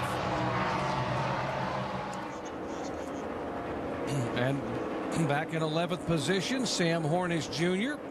And what a job he is doing on a very difficult racetrack. I'm impressed with Sam Hornish making a transition to one of the toughest tracks to adapt to early on. Yeah, I'm very impressed with what he's done so far. His car started out real loose. He's really lucky to save it when it got loose off of turn 2 early in the race. We see it sparking, getting down on the racetrack. And he's starting to make some tracks. I've been watching him. He's moved up methodically ever since that little bobble early in the race. And he's really starting to understand how to work this car. I mean, how to manipulate it on entry, on exit. He saw when he come off of turn 2, he got real loose. Hey, man, I can't do that again. Move up a little bit. Get out of the throttle. So Sam is one of the best drivers in the country at manipulating cars and understanding them and giving really good feedback to his crew. Now, look, I called the IndyCar circuit last year, Jerry. You and I both did. We got to watch Sam Hornish. We got to listen to him. We understand this guy is really detail-oriented. He's really into the chassis of the car, so he can explain what his car is doing to the crew chief probably better than most people. Yeah, he is a remarkable talent. Will run 11 races in the NASCAR Busch Series. Also going to chase that 4th IRL championship, but he says he's really having a lot of fun here, learning very steeply with a learning curve here in Busch competition. Also getting some very good advice from high atop the spotter stand, Jerry. One of NASCAR's all-time greats, Buddy Baker, continuing his role as a driver coach at Penske Racing on the radio moments ago to the Indy 500 champ. But these guys are all over the racetrack. That's good patience. I like that a lot. Oh, and here's Steve Wallace over in turn 2. His car has come around. The Home Life Communities Dodge has come to a rest, and that will bring out the 4th caution flag. Get it going, bud. Well, the good news is he doesn't have any body damage. He's got some flat tires. If he's careful getting back to the pits, he won't tear it up. Looks like the left front is at least down, possibly the right front. I didn't hit anything. As you watch Steve Wallace. Up here. I have 4 flat tires. This is going to be a huge break for Kevin Harvick. He's going to get that lap back he lost. He's going to be right back in the game. He looked like he had a fast car, too, on that last run. Now, put 4 tires on it, guys. Mounts down in the left rear here also. Nope. Brian Frazier and crew waiting for Steve to come down pit road and change all 4 tires. We'll see if we can see what happened. There's Bryant talking to his young driver. Clear low, clear low. We'll get back up there. I got a split right here in front of him. Slow down, back it down, back it down, back it down. Back it down, low, low, low. Come low. That's from Kenny Wallace's onboard camera. And again, looking across toward turn 2. And Steve did a nice job of getting the brakes and getting the car halted before it got into some contact with the wall. One more angle. Look across the racetrack. Tell you what, this almost reminds me of what we saw with Carl Edwards. Barely missed the wall in qualifying by about an inch. How do you do that running that fast? You know, he dropped back about 4 positions before this spin, so evidently this car was getting really loose on him.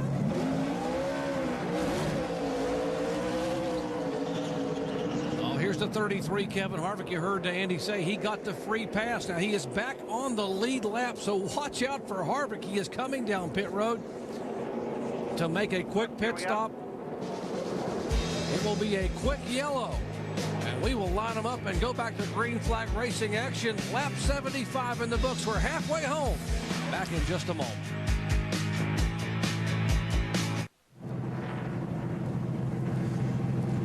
Back at California Speedway, working caution for the 4th time here this evening. And young Steve Wallace, 19-year-old driver, had run all the way toward the top 15, and the car spun. All 4 tires are flat. He came down pit road, and they left pit road, but now they've had to come back in and fix the front of the car. But the official standing in front of the car there is holding Steve Wallace 1 lap. He came flying off of pit road, and they say he was speeding on the exit. Well, right now he's okay. Don't get nervous. He can get this lap back, get the lucky dog back. He left pit road, and he sped out of pit road. I'm sure the crew chief's hollering, go ahead, because they're thinking that what the rule is, you can speed out to beat the pace car, but you got to go the tail end, the longest line. I bet they never thought they were going to get a penalty, a 1-lap penalty. Well, NASCAR reserves the right if they think there's a safety issue to issue a penalty, and I think that may be what happened here. I think they were talking about how fast he was on not only on pit road, but actually around some of the safety vehicles, and so they decided to take that lap back that he was trying to save. And you saw the NASCAR official explaining to Brian Frazier, the crew chief, why he was going to be brought back in and held a lap. They want to go tell the crew chief so there's no misunderstanding about what they're going to do and why they were doing it. This team has had incredible problems with the front air dams. The material they're using on the air dams is broke 3 times this week. It's breaking like glass. It's caused them to have to start tailbacking the race. It broke off a little while ago, so whatever Brian Frazier's doing with his team of fabricators, he needs to talk to them when he gets back and fix that problem. He's just trying to argue his case with NASCAR right now, but I don't think he's going to win this argument. Dude, that's like talking to City Hall. He better turn around and calm his driver down and get back after it, because he can get the lap back. There's no problem right there. He's in line to get that lucky dog. All right, well, let's check out our NASCAR.com reset here. We are at California Speedway. NASCAR Busch Series action. Great news for NASCAR in Busch Series competition as Toyota takes the pole for the first time ever in NASCAR Busch competition at California Speedway. We have had 4 caution flags, the latest coming out just 3 laps ago, with a spin by Steve Wallace. Our current leader is a 3-time winner here at California Speedway and a former Nextel Cup Series champion, Matt Kenseth, in the 17 car. As the sun has set here in Southern California and the NASCAR Busch Series stars are set to shine. A 300-mile race. We are just beyond the halfway point, lap 77 being shown. Okay, we got a little situation here where some of the guys at the back of the field came down, got some gas, got some tires. We saw Kevin Harvick get back on the lead lap with that free pass, and now he's got some work done on his car, got some new tires.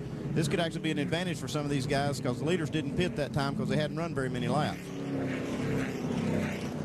And Rusty, this is the time you were talking about it at the early part of the afternoon, is once the sun goes down and it gets completely dark here, this racetrack will change drastically in certain spots. It really will, Jerry. A lot of guys are experiencing a car that their car's getting tighter. They're losing the front end. And some of the guys who've been here are actually getting looser. So it really depends on the way these crew chiefs have got their cars set up. It's definitely changing. The cars aren't staying consistent, and these crew guys are having to adjust for it. You know, we get going green here. I want to show you the Exeter turn 1 and 2. Actually, the rubber that's being laid down on the racetrack, big streaks of black rubber on the restarts, and this is one of the tracks that happens at. Tim Brewer, you got more on that? Yeah, I'll tell you what, Rusty, you know, giving the good tires in the back of the pack, that's all well and great, but hey, man, we've seen them cars really just truck on out of sight when they had that good clean air out front. So if I had my druthers, I'd rather leave that guy out and stay out front. Yeah, but if you don't have the clean air like Kevin Harvick, he was going to start at the back anyway. He came in and got him some tires. That might help him later on. Possibly so. All right, Kevin Harvick fans, remember now he is back on the lead lap. He is 33rd. He is the final car on the lead lap as Matt Kenseth will bring him down out of turn 4 to retake the green flag. Ooh. Spun the tires.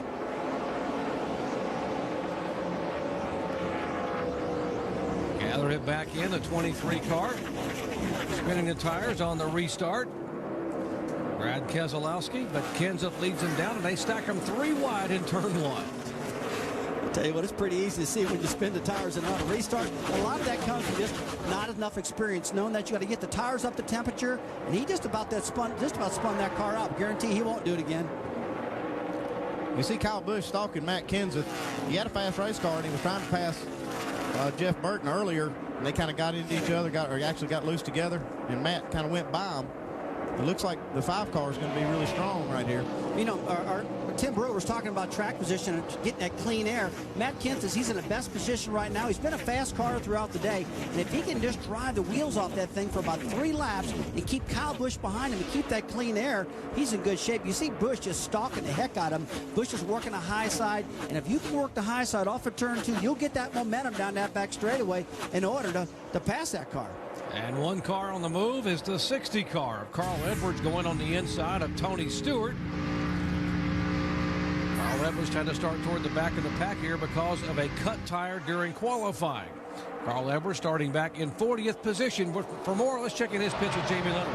That's right, Doc. If you do the math, Carl Edwards has passed more cars than any other driver. That's about 33. He's in the 7th position right now. And just like Rusty was talking about, his car started off real loose. They made some adjustments. Now it's getting tight. Right now, the track temp is about 60 and dropping, and the wind is picking up, guys. And you know, earlier we talked about the Roush Fenway cars, and they have more wins here than any other team owner. Beware, the top 7 right now, there's 3 Roush cars on their way with Matt Kenseth leading the way, Doc. All right, thank you, Jamie. And how about the man who is really on a mission? Bakersfield, California native Kevin Harvick in the 33 car is just picking them off one by one. Yeah, that clean air is worth a lot, but I'll tell you what, those new tires are working for him. I'll tell you what, you get to start the back right now. Look at Kevin, almost 195, 96, 97. Ooh, 200. Oh, I like that number. It's a big number. That looks good, doesn't it? That's some feel good. Into turn 1, that is some feel good. Kevin elected to put 4 tires on it, get that thing stickered up, fill it full of fuel, and then charge his way from the back to the front. At least he's got himself back in the lead lap right now, and he's back in contention. If he keeps running like that, he'll have some clean air to run in. And guys, he is working with those fresh tires, but he's not so concentrating on his own ride to wonder what might be happening with his other car. He asked about Curtis Davis in the 77. Hey, how's the 77? They told him, he said, okay, 10-4.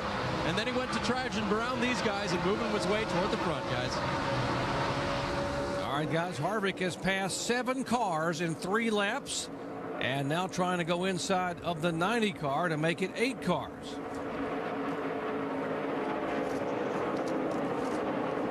And if I'm a driver back in the field, I'm going to follow this guy. There's Juan Pablo Montoya. He says, you know what? If I can follow that 33, I might find a good way to get to the front in a hurry. Boy, Jerry, you took the words out of my mouth. I was thinking the same thing. If I was Montoya, I'd hook up right behind Kevin Harvick and stay in his tracks. Let Harvick give him a little schooling about how to get around California. Now, like we know that Juan Pablo Montoya is one of the best drivers in the world, but we also know that he's got to get used to these cars and the different grooves that you have to run around the racetrack. You see Pablo Montoya stalking Stephen Light right now. Let's see where he takes his move. Looks like he's going to the inside. Ooh, Light comes down a little bit. Now, this is a real hairy part of the racetrack where you really get loose. You saw him take his left front tire going to the white line, back up. The 38 car, when 42 car had to slow up. You saw Jason Leffler able to gain a little real estate because of that problem that Juan Pablo just had. Speaking of California drivers, Leffler in the Toyota trying to move on the inside of the 7 car of Mike Wallace. Jason Leffler, of course, started on the outside front row at Daytona last week and led the first couple of laps. And we ride along with Jason and see what the Toyota's doing as he heads down the straightaway entering the corner. Can he get to 200 miles an hour? You see, they're turning almost 9,000 RPMs on the back stretch, and that's the straightaway that's the shortest. They turn more RPMs on the front straightaway. Jams that foot back in the throttle, and that throttle tracing goes all the way to full green. And 8,500 almost up to 9,000. And you talked about how much of a punishment this track was on engines. Well, we were concerned going in. These guys have not had a lot of experience with the unleaded fuel that the Busch Series is running right now. A lot of guys were losing valve seats in the cylinder heads of the engines. That seemed like it stopped right now. But this track is one of the worst tracks on engine failures because of the high sustained RPM. All right, and how about Jeff Burton making a move inside of Kyle Busch, and the Holiday Inn car goes to the bottom of the racetrack, and Burton takes over his 2nd position. And now we'll see if Burton can set his sights on one Matt Kenseth. Matt Kenseth becomes our 5th different leader As he is leading the show, side-by-side action again now as Kyle Busch says, well, you know, I'll let you lead a half a lap or run feet second for half a lap. I'm going to try to come back and take it back. Well, the 29 car, the air pressures are coming up. He's burning some fuel off like we talked earlier. And Jeff's car, the way it's set up, he just needs a little bit of time to get this thing going. Definitely, he's not the fastest car in a restart, the 17 cars. So that's one thing that he understands the car is doing. All right, a Ford for Kenseth is the leader. Then you got 3 Chevys in pursuit. Burton, Busch, and Mears.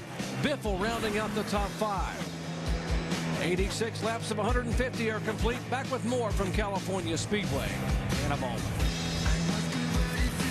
No room, that's for sure. I thought I gave him room. I thought he turned down into me. Back at California Speedway, heavy contact here brings out caution for the 5th time, and heavy damage to the Great Clips Toyota for Jason Leffler. Unfortunately, row, guys. He has the window net down. Got the ambulance coming to you, Jay. And here's Juan Pablo Montoya as he tries to get out of his car. That one's hurt pretty bad. These two guys were racing hard and got together, looks like. Yeah, we heard Jason Leffler say, I thought I gave enough room earlier, and the crew guys come back and say, I thought you did too, but we're going to have to wait for the replay because, folks, you're seeing what we see. Okay, here we got it coming right now. Let's take a look at it because big crash. Okay. That's Kenny Wallace, the 25 car in the middle between these two cars, 38 and 42. Oh, hard. That's a hard lick right there. Saw the whole car come off the ground, back wheels. So contact from behind by the 25 car, and the 38 just abruptly spins right across the racetrack in front of Juan Pablo Montoya. Okay, let's watch and listen.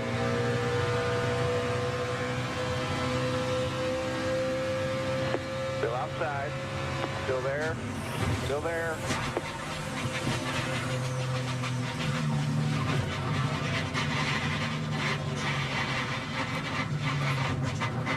You all right, buddy? I'm fine. Yeah, it looks like Jason Leffler thought he was clear, came up, just not quite clear. Kenny Wallace, and boy, that's a hard impact. Man, I tell you, when you get turned in a wall like that, that's unreal because he just didn't clear Kenny. He thought he had it cleared. And you know what? Who's that a hit on? Is that a hit on the sponsor or the spotter? Because these drivers, just with these carbon fiber seats and all this stuff, they can't see the right rear corner enough to move over. I don't know. I hate placing blame on anybody on that one, but it was for sure that he just didn't have Kenny Wallace cleared. About 4 or 5 inches, and they would have had him cleared. And you heard Jason Leffler a moment ago say, I thought I had enough room. Okay, watch the left side of your picture. Watch him come into frame. There's the touch. Oh, and the whole back of the car comes up off the racetrack as he goes head first into that concrete wall. Yeah, Jerry, that's a, man, you don't want to see a hit like that. That reminds me a long time ago with Dale Earnhardt, something like that. Man, that's a scary hit. But, hey, didn't clear Kenny. Well, thankfully, these cars are built with so many safety precautions. What's left of the front of that Toyota will be picked up, and the Great Clips car has a sudden end to the night here at California Speedway. Thanks for seeing us, DW. Please, call me the Dream Father. Dream Father, sadly, I must step aside as driver of the O'Aaron's Dream Machine. With respect, I ask you if I could have your driver, David Rudiman. Michael, your family, he's yours. Aaron's guaranteed lowest price on brand name merchandise with no credit check is an offer you can't refuse. Mikey, someday I might need a favor, like driving the old Dream Machine. Respectfully, You can't refuse the Dream Father. Ciao, Dream Guy. Come on, Root.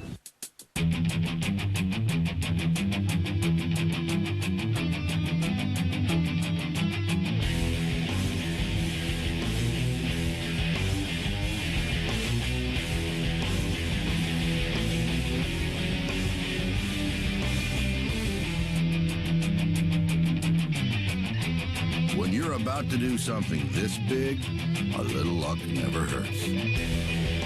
Thanks for having us. When you're shopping for a gift for your man, here's a few things not to get. Box of chocolates. I'll get hungry again. Silk boxers.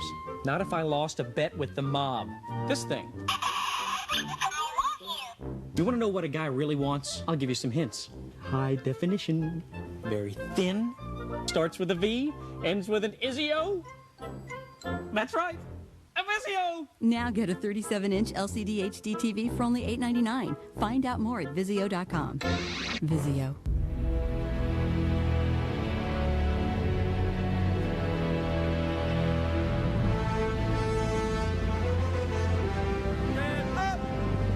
If you're ever in an interview and are asked if you've had leadership experience,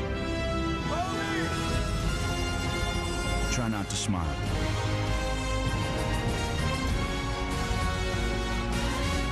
There's strong, and then there's Army Strong. Find out more at goarmy.com/strong. All right, reliability. Well, looks like a package is heading south on 995. It was shipped yesterday, it weighs 11 pounds, and it should arrive by 8:30 a.m. It's early. So how'd I know all that? Well, this is a smart label, and it knows everything about your package. And it's only from UPS. It's not reliability. It's UPS reliability. Oh, sorted in Philly.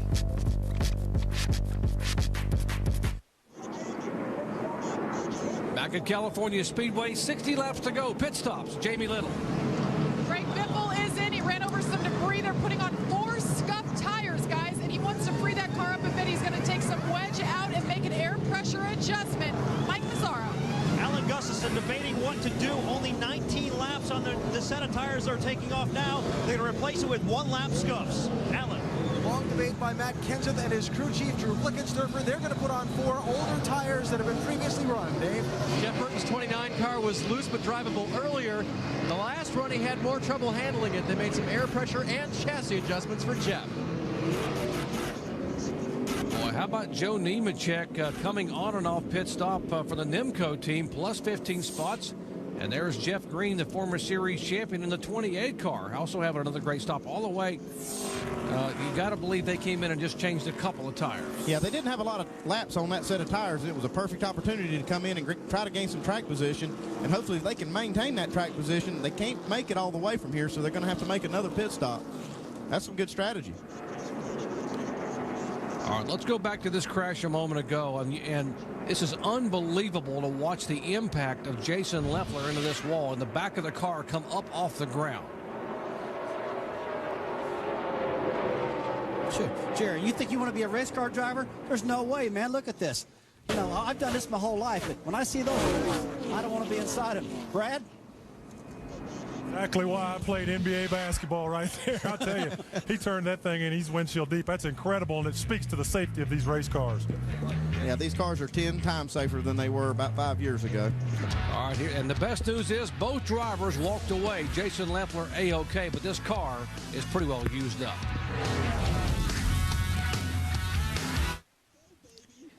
All right, back at California Speedway, and this is setting up to be some kind of finish. The front 4 cars, Harvick, Light, McMurray, and Davis, did not pit.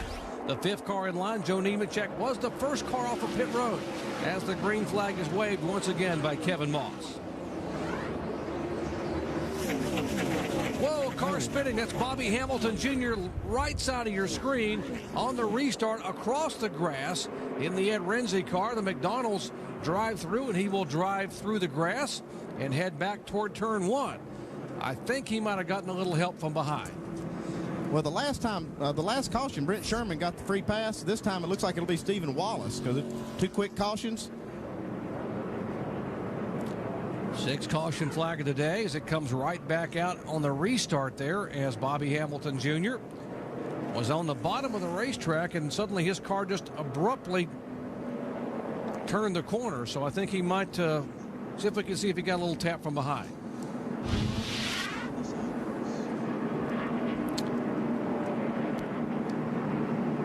Whoop, he was passing another car and got hit. It looks like he got tagged by Kyle Krisloff in the 14 car. Tell you, on these restarts, it's a really tough deal. A lot of guys don't get up to speed. Some get going quicker than others. A lot of times it causes problems like this. Go low, go low, go low. Slow down, slow down, slow down, slow down, slow down. You're clear, you're clear, you're clear. All right, that was the spotter talking to Kenny Wallace, who's driving the 25 car, the other Ed Renzi car. And the lucky dog free pass goes to the 66 car of Steve Wallace, puts him back on the lead lap. They had battled their way back to be the top car just one lap down, and now he gets to go back and on the lead lap. So now Steve has a chance to get back in the top 20. Kevin Harvick from a lap down, now shown as the leader. Back with a green flag, we hope, in just a moment. Well, darkness has descended on California Speedway, and it is about to light up with action here in the final laps of the NASCAR Busch Series event. Welcome back to Fontana, California. And one of the most violent impacts we have seen in quite a while happened a few laps ago. Now watch the 38 car of Jason Leffler just gets nudged by the 25. Boom, run into the wall head on. The back of the car comes up in the air, and poor Juan Pablo Montoya had nowhere to go. Jamie Little? That's right, and both drivers have been released. Jason Leffler took the brunt of that. Jason, what happened? I don't know, 25 at Kenny Wallace, it just looked like he right-reared me watching the replay. And I don't know if he's trying to tuck in behind me, but Greg Clips Toyota was running good. We're off on pit strategy there, and you know, coming from the back of the pack on new tires. So that's a shame, but I don't know why. It was a heck of a hit. I thought it was going to hit a lot harder than it did, but that's racing. Local boy, a lot of family watching, including his wife that's pregnant with his first child on the way watching on. Good news is he's okay. Now, Juan Pablo Montoya's second week in a row, a DNF for you, Juan. What happened? He just got spun and I was in the wrong place at the wrong time. You know, it's a shame, you know. Whoever at Texaco Havlin Dodge did an amazing job. You know, the car was good. But, you know, that's one of the races. You know, we were making a little bit of ground. Reagan was weaving when we were trying to decide, and then I tried to get close to him. When he stopped, I moved fast to try to tell him, hey, stop, you're about to wreck me, and he went again and hit me. So there's a little bit of, you know, damage in the car there. They came in, we fixed it, and the car was running pretty good. Steep learning curve. Juan Pablo Montoya continues to learn, guys. Let's go green. All right, Jamie, thanks. Great hustle down there. Kevin Harvick, reigning series champion, will lead him down once again to the green flag.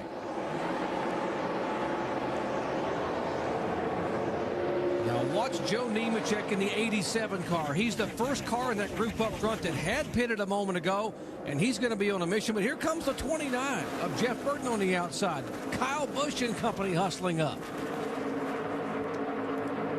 It's showtime. These guys got to get to the front, try to get up there when they get that clean air. Nemechek makes it 4 wide down on the bottom of the racetrack, trying to make a move as you're right along with the 17 car of Kenza.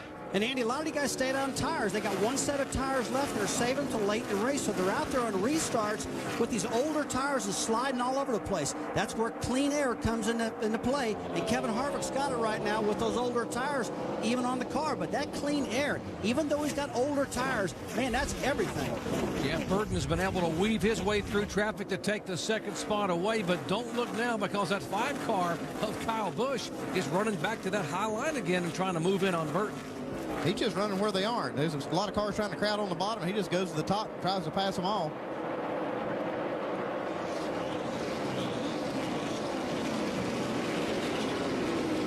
'28 car, Jeff Green, back in the pack, making his way back toward the front, having a good run. Paul Menard in the 15 car. Here is Burton in the 29. His first start of the year in the Busch Series competition. He'll run 17 times. Let's check in the Burton pit today.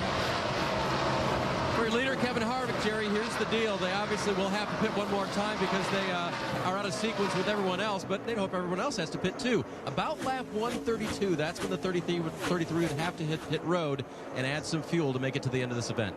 Yeah, David, looks like there's some strategies going on. I saw a lot of the guys from the back, probably back half of the field or more, or back third of the field come down and get gas. And these guys, like you said, Kevin Harvick, he can't go all the way, and neither can about 10 guys behind him. But there are some of those guys that are going to try.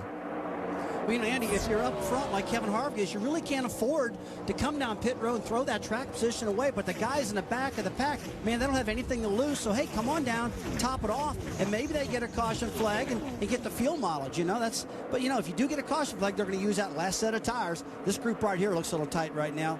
88 cars, Shane Huppen and J.J. Yelly on the top side. But back to the tires. They got one set left. And they need to use them if the caution comes out, that's for sure. But if this thing goes caution-free, those guys that pitted, you know, in the very back of that field, they might win this race. Those guys up front, like Kevin Harvick and Jeff Burton, those guys are counting on getting another caution. But those guys that came in for fuel are hoping we don't get one. Here's the 16 of Biffle in behind the 24 of Casey Mears as they battle for position. That is 5th and 6th. Behind him, Stephen Light doing a heck of a job in the 90 car for Robert Yates, was trying to hold on the 7th spot. Now he slides up, and Carl Edwards takes that spot away in the 60. Stephen Light's team using the strategy of just staying out on the racetrack, not pitting while these other guys did. And he's hoping to just maintain his track position. He's losing a few spots here and there, but he's staying up in the top 10. Got some great side-by-side racing here with Greg Biffle driving up under Casey Mears. Carl Edwards stalking him. I tell you, we talked about how slick this racetrack was, you know, before the race started. It was going to get real slick. You see all the black marks going into turn 1. Black marks everywhere. That's how the cars are actually laying rubber down and sliding around. I was talking to Brad Doherty earlier in the week, and I said, Brad, this track gets so slick. As you see Edwards getting past Biffle right there. But I was telling the track gets so slick, it's like you on the basketball court, Brad, running around on tennis shoes. Then all of a sudden they make you put white socks on and do the same thing, buddy. There's not much grip under that situation. And Carl Edwards driving under Greg Biffle. Carl Edwards in the 60, Greg Biffle in the 16. Here comes Tony Stewart up behind Greg Biffle. We're riding with Tony Stewart. No surprise whatsoever that these guys are moving toward the front as the laps wind down. And remember, Kevin Harvick, our leader, was one of the cars. As you see, Tony Stewart started back in 23rd spot and has now run easily up toward the top 10. But Kevin Harvick is one of the cars that did not pit last time and is on a little bit older tires. And as this track is starting to get a little slippery, watch Harvick even have his troubles. Well, his car got really loose here in the corner, and he had to go up and catch the car and lost not one spot, but lost about 3 spots. Here we are inside on his onboard. We see, from Jeff Burton's onboard, we see Kevin Harvick get loose and just have to chase it, try to save it, not wreck it. Inside, one more coming. You know, it's pretty strange when a leader is leading and gets loose and almost spins out. We saw last week at Daytona where Tony Stewart in the 500 just lost it leading the race all by himself. And Kevin was telling me earlier before the race, he said, you know, Rusty said, this racetrack generally gets tight for most people, but for me, it seems like it gets looser as the day goes on. Here's the 5 car of Kyle Busch, who led the most laps at Daytona at 46 laps. And a little bit of some sparks and a little puff of smoke coming off the back of the 17. Yeah, Matt Kenseth just stalking these guys. You know he's going to be up front when the race is over, and here he comes. He's so quiet about it, he just sneaks his way up there. And Harvick is being challenged back there for position by the 24 of Casey Mears, a couple of Bakersfield, California natives. That's what happens when you got those old tires. You just cannot compete with these guys with fresh tires.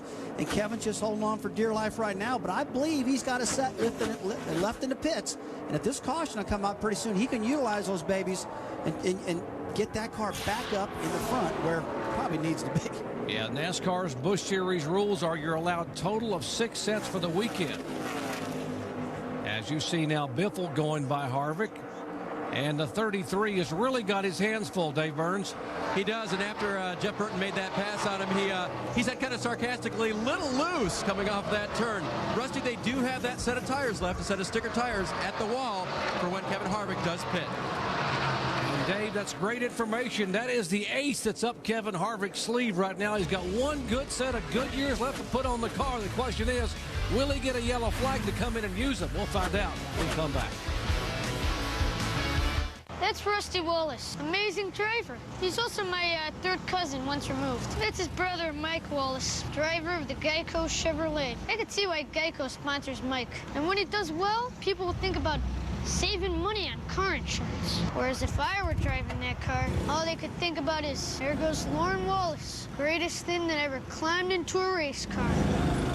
Poor fella, he has no idea. Geico, 15 minutes could save you 15% or more on car insurance.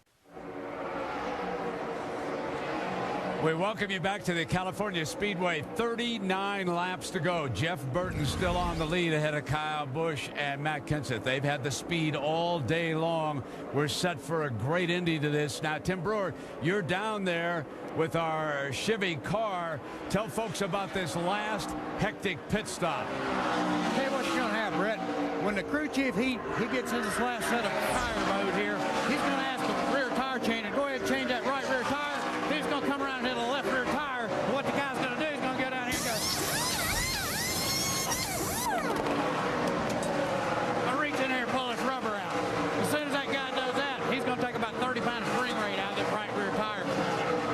car a lot freer.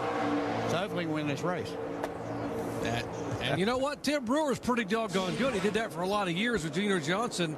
And you can see our Auto Tech search word for more information. Log on to ESPN about our Chevy Cutaway car and all the specifics. And when you pull that rubber out, as Tim mentioned, you're taking about 30 pounds of spring weight away effectively for the car. What are you doing? Well, it's just making that spring softer. And what it does is it maybe just takes a little bit of weight off that left rear tire, and then it makes the car where it's a little freer. They make that adjustment on that car the last part of the race. When the track's getting tighter, that's the adjustment you want to make. Hey, I tell you, let's go back to Tim Brewer, man. Brewer used to be one of the best in the world to change the tires. I'll tell you, he hasn't lost it at all. And, you know, Tim was talking about pulling that rubber out of the left rear. Now, look, if a guy's tight and his car's not handling, Tim just showed everybody how fast you can pull that tire off, pull that spring rubber out, get that car handling better, and hardly no time. That was a great presentation. Look at this, 3 wide down the back straightaway, Jared. All right, in the middle is the 99 car.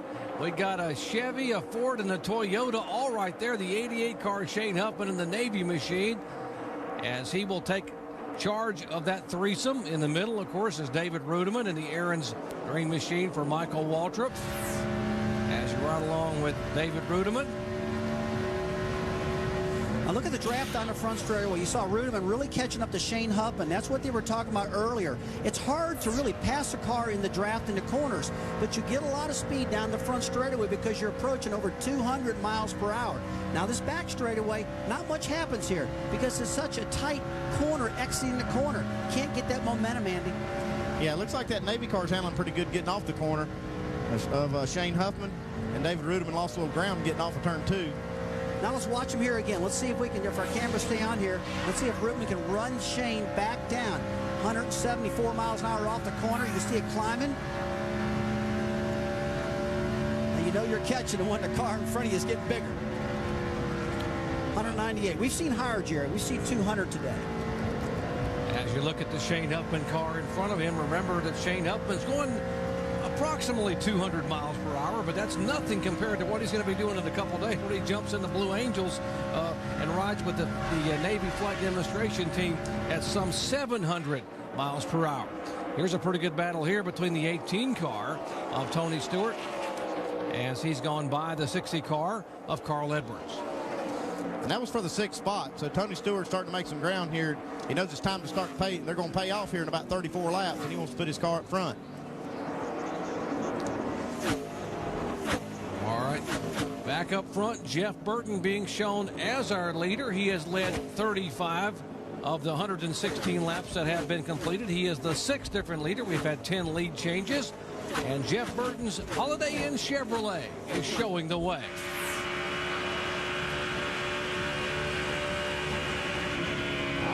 Jerry, it's a good news, bad news scenario for the leader. Good news is that car that was ready to spin out at any moment earlier is now very comfortable to drive. Bad news is they haven't figured out how to make it run without fuel.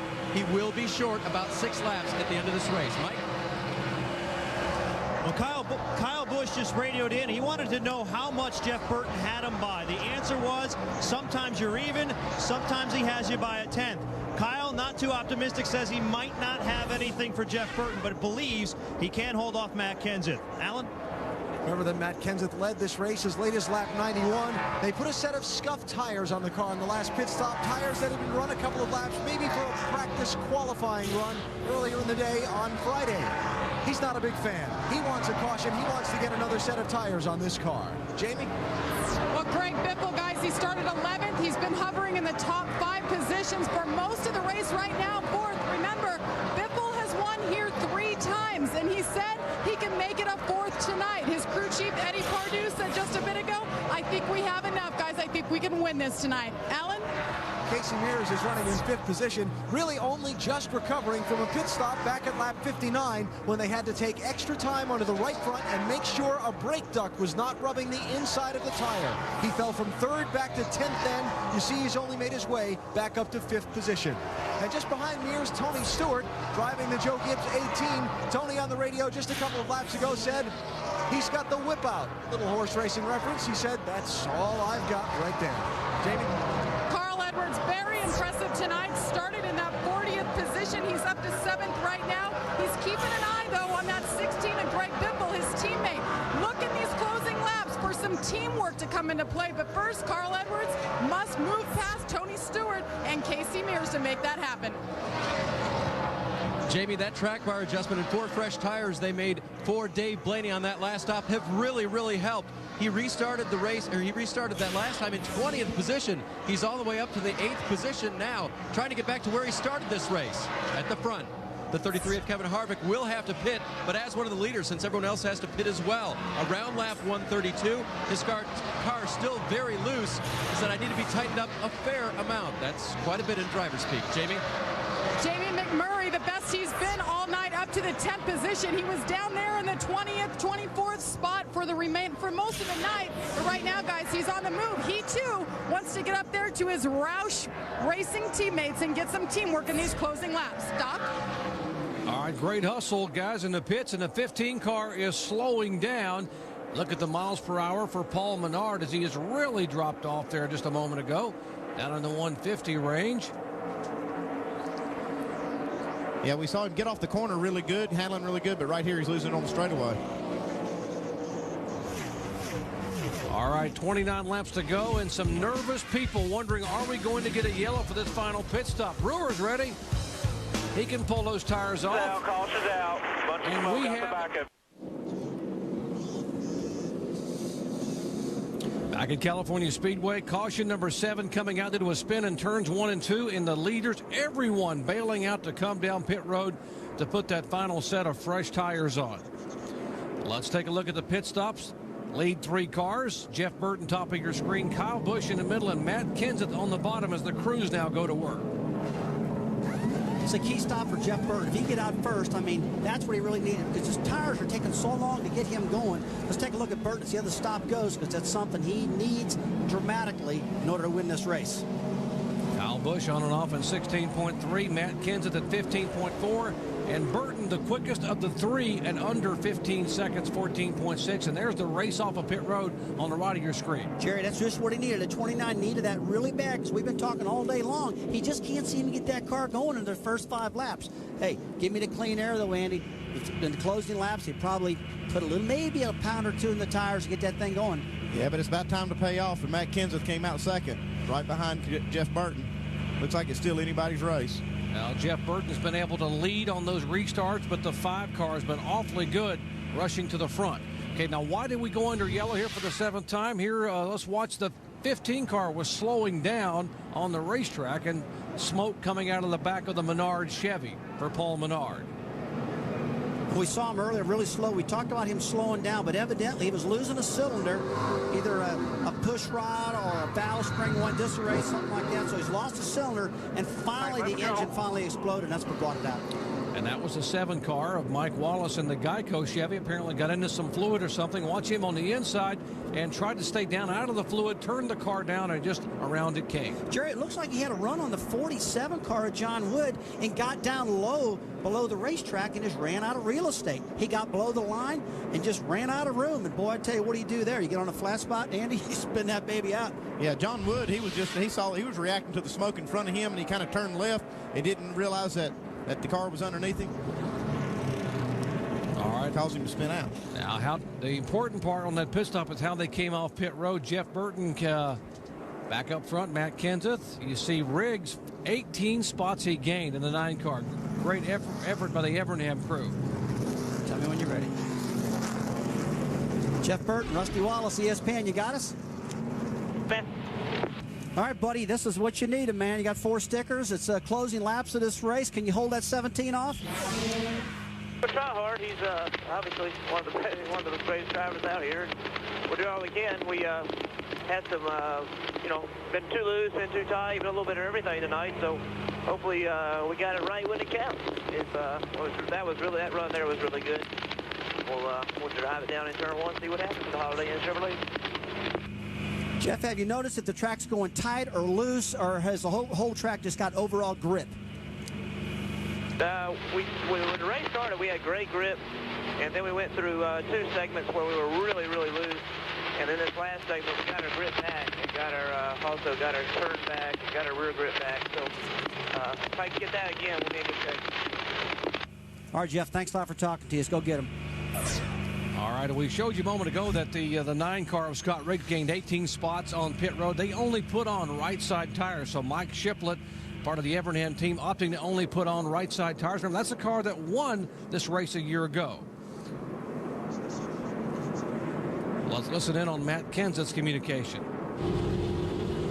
Mike, sit out, let him catch me.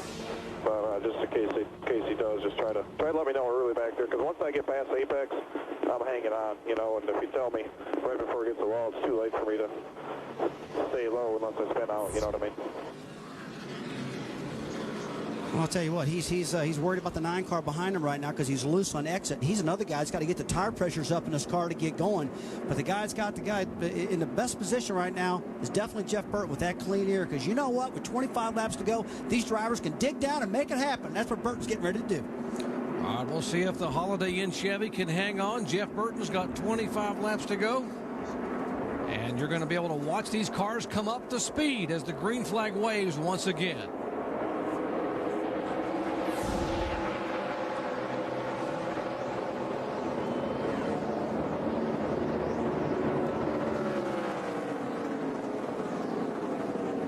Good restart by Burton. Here comes Kenseth looking to the inside. Watch the 5 car now come across. He's been awfully good in the early laps on fresh tires. Boy, Matt Kenseth's not letting Jeff Burton get very far ahead of him. And you know, Jeff Burton knows exactly what's going on, too, because he's dealt with this all day long. He's got to worry about staying ahead of that 17, but the guy I've got to worry about now is that 60 car. He's really coming strong, and he's the guy that need to take a look at, because right on the bottom of the racetrack there, not giving up any real estate, got a lot of momentum right behind the 5 car, Kyle Busch. We see the sparks flying out of these cars. They got low air pressures on these first laps, and that's why they hit the racetrack, make those sparks fly, and they're driving as hard as they can drive. Oh, Andy, you're exactly right. These pressures are down. Those cars are hitting the racetrack, because you got to remember, they're all coil binding. They got the front of the car as low as they possibly can. The cross members are hitting. Everything's hitting. Here comes a 17 on the inside, trying to make the move off the turn down the backstretch. They are side by side. Kyle Busch, who does he go with? He's watching Burton high and Kenseth low. Well, this is great side-by-side racing. But Jerry, he just can't give it away to him. 17. He's got to hold that outside lane, keep that momentum going, Andy, because if he lets that 17 go by, man, he's lost that track position. We saw him use that outside line and use that momentum to pass him back on the front stretch. He's got to get up on that wheel, man. Don't give up right now. Don't quit on me. That's what I tell my guys, don't you? You doggone right, man. This is what it's all about right here.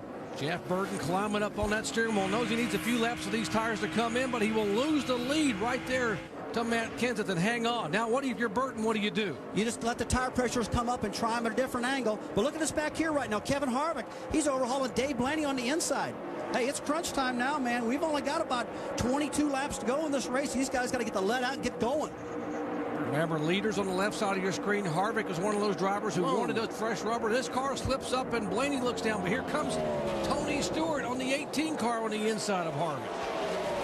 Andy, this is classic case. The tire pressure's not coming up quick enough. You know, these guys are driving these cars to the edge, hoping for that pressure. You see the smoke come off the right rear of Blaney. He's holding on for dear life right now. Man, we got battles all over the racetrack. We got a second-place battle with Kyle Busch driving up under Jeff Burton on the backstretch. I'll tell you what now, I'd much rather be on the outside exiting turn 4, but now Busch has got to be real careful, because if Burton gets down alongside him, he could lose that air and spin this thing out, getting awful tight right there. All right, but now watch Jeff Burton. He's got that momentum. He's got that momentum coming down the front straightaway. If he can stay ahead of that 5 car, gosh, he's got to do it, man. You just can't give it up this late in the race right now. Yeah, these cars behind him are loving this. Carl Edwards is stalking these guys. He said, you guys keep racing side by side, and I'll catch you. And that's exactly what happened. You see Carl Edwards coming in right now, that they're racing side by side. Hey, aerodynamically, that slows both of us down. That's letting Carl Edwards run him back down. Guys, Carl Edwards, crew chief PK just came on the radio and said, Carl, you're better than these guys. Go for it. He let him know. Right behind him, Casey Mears is up behind him. Hopefully they will work together right now and they can get up to those leaders. If you look at the lap times, guys, Carl Edwards is on a move. 4th position right now. It's the best he's been all night. Yeah, PK is Pierre Cattell, the crew chief for the 60 car of Carl Edwards, who won this race back in 2005. He tries to get in, but he can't get the momentum, and Casey Mears will hold him to the spot. Great battle. 2nd, 3rd, 4th, and 5th on your screen. Now, watch the 60 car, Rusty, up high. Gets a good run. Yeah, a lot of momentum, guys. We're talking about these Busch engines. They make about 750 horsepower. Look at that little nudge in the back. Oh, Sam Hornish loses it. gosh, he's had such a great day, guys, for it to go disarray right at the very end.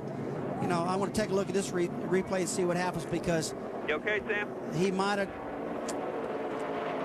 Yeah, Sam had been in the driving it back. Had been in the top 15 all day and in the top 10. Back to the garage, guys. Yeah. Great tore up. Rear spoiler's gone.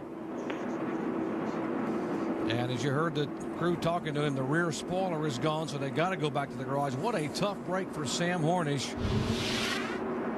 Watch again, see if we can see what happened to Sam. I tell you what, that is just what we've been talking about, losing your downforce. You drive in alongside of a car, and then airflow doesn't come down the side and get to the rear spoiler, you get loose. You know, Sam learned that earlier off at Exeter Turn 2, and now he's paid the price again on the entry of Turn 1. Yeah, that's one of the problems that these guys driving these different race cars, driving these open wheel cars and then these stock cars. They have to learn the different characteristics of the aero. And we've seen that a lot today. This is a speedway where you've got so much entry speed, 200 miles an hour going into one. And if you don't give yourself, Andy, about 4 foot of room so that air can flow down to the car and get to that rear spoiler, you pay the price that Sam Hornish just paid. All right, the free pass goes to J.J. Yaley, as he will be able to get back on the lead lap. J.J. Yaley able to make the free pass. And 18 laps to go here. And that will certainly help JJ get the one car back on the lead lap. All right, let's meet JJ Yaley a little more up close and personal. I am JJ Yaley. My wife was giving me a lot of ribbing about being hairy. I guess the older I get, the hairier I was getting. Finally, we were at the beach. You know, I'm walking around without a shirt. I kept hearing it. So, okay, load up. I'm going to get waxed. I really didn't pay that much attention to the camera crew because it hurt bad. Don't tense up. The sound guy left because he was getting nauseous. For real. Say that I've been waxed, probably would never do it again because it hurt. You know these drivers are tough, but man, you deserve a free pass if you go through that. That is unbelievable. All right, our ESPN presentation of NASCAR Busch Series action at California is being brought to you by NASCAR Hot Pass only on DirecTV, and by the U.S. Navy. Navy, accelerate your life. Back with the final 17 laps in. Dale Earnhardt Jr. wins at Richmond. Yeah! Hey, guys. Y'all had NASCAR Hot Pass only on DirecTV? Could have ridden shotgun with me the whole race. Monitored my car's telemetry. Even heard everything me and Tony Jr. said on the radio. Sorry about that little exchange on lap 31. We'll clean that up next time. Woo! Ride shotgun with top NASCAR drivers. Only on DirecTV.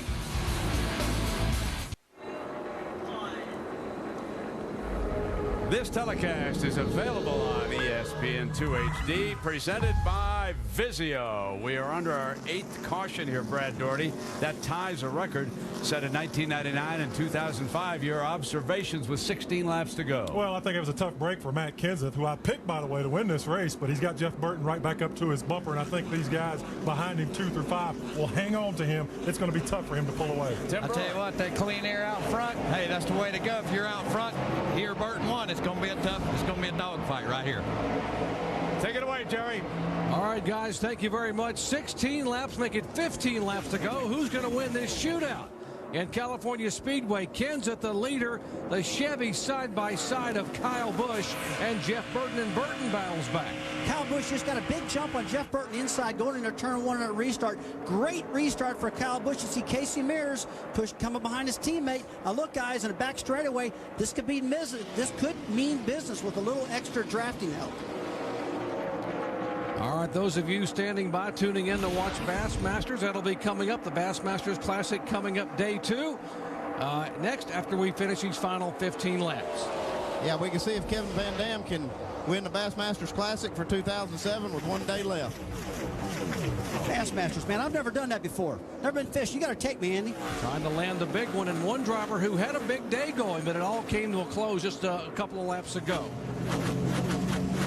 like it's heating up front. Well, that's right, Doc. The three-time IndyCar champ, Sam Horn, is still looking for a little bit of stock car success. What happened? The car was real good. Moved our way up into the top 10 earlier in the race, and felt good about that. Just got back in the pack and, trying to get around a lap car, and, thought I'd had a little bit more room. But, I feel bad for the guys on the Mobile One Dodge. They been working real hard trying to, make this transition for me as easy as possible. And just, felt really good today, and just, wish we would have got a little bit more out of it. But had a lot of fun out there tonight. Well, Jerry, obviously very disappointing for Sam Hornish Jr. His driving coach, the great Buddy Baker, came on the radio not too long ago and said he was the best car out there. Guys? Oh, he was doing a great job. Here's a great battle here for second spot. Kyle Busch now in front of the 29 of Jeff Burton, and right behind them, Casey Mears sitting there watching for who he should follow. Jerry, one thing that Jeff Burton could do to Kyle Busch, if he gets right to his tail, he'll really get Kyle Busch loosened up, walk him up the racetrack and make the pass on the inside. But you got to get to him first to make that happen. You see Casey Mears sneaking on the inside of Burton right now. Got a good run, a lot of momentum. Should be able to clear Jeff on this one. All right, these great shots from high above California Speedway, courtesy of our friends from Goodyear. Whoa! And up high on the inside is Mears, and high, and now Burton keeps him getting pinned against the wall. Our friends at Goodyear helping NASCARs get to the finish line for the past 25 years. And as we were watching these guys, one mistake and none of these guys will make it to the finish line. Jerry, I've been talking all day long about how slick this track is and how hard these tires are. I mean, man, these guys are slipping all over the place. And look at Carl Edwards. He's not letting these cats get away at all. Now, Jeff Burton really gave up something just then because, Andy, he had that run going on the outside, and he lost real estate, man, coming off that turn. You know who's loving this, though? Matt Kenseth. Oh, yeah. Matt Kenseth is the guy really loving this right now because he's got that clear. He is gone, man. This color him gone. When these guys get racing side by side with 11 laps to go, gosh, that's exactly what you want to see as later. Look how big a lead that Kenseth's got on these guys already. 1.5 seconds, and the highest Casey Mears has been today. Great job for Casey Mears after that frustrating weekend at Daytona in the Busch Series. In second spot, Kyle Busch is fourth. Jeff Burton trying to battle back at 60. That's the Carl Edwards car on the inside as they battle side by side. 10 laps to go. Great NASCAR Busch Series action. Jerry, you got to give a hand for Casey Mears. I mean, this guy's lost 2 cars at Daytona, didn't even make the race, and coming all the way up to charge for the victory right now. Got a great second place going on. His car has really been strong in the late stages. Carl Edwards now slides up in front of Burton for position. With more on Jeff Burton, let's check in with Dave. And Jerry, you guys talked earlier how sets of tires are like people. They're all a little bit different, and Jeff thinks they did not save their best set for the end of this race. He was hoping the caution period would help him a little bit. It has not. All right, thank you very much, Dave. As Burton is trying to hang on now as Edwards has gone by. He is back in the 5th position. But meanwhile, the leader, Matt Kenseth, seems to have everything going his way. Alan? Rusty, when you're out front, when you were winning a race like this late, were you looking in the mirror more than you were looking out front? Oh, absolutely, Alan. That's a good way to look at it. He's got such a big lead right now. He just wants to maintain it right now and guard it. So he's got a spotter looking front, and also he's just glancing in the mirror. He feels real good right now. Yeah, he's looking behind him, and he's seeing Casey Mears closing. Spotter Bob Jeffries is telling Matt that Casey Mears is running a higher line than he's been. Matt said, I can't do that. How many laps are left? He's watching the front. He's watching the back as well. Yeah, we got a new player in Casey Mears. He's up there in second place. He's stalking Matt Kenseth, and he's running faster lap times than Matt. Yeah, he just took 0.2 of a second off of the lead in 1 lap.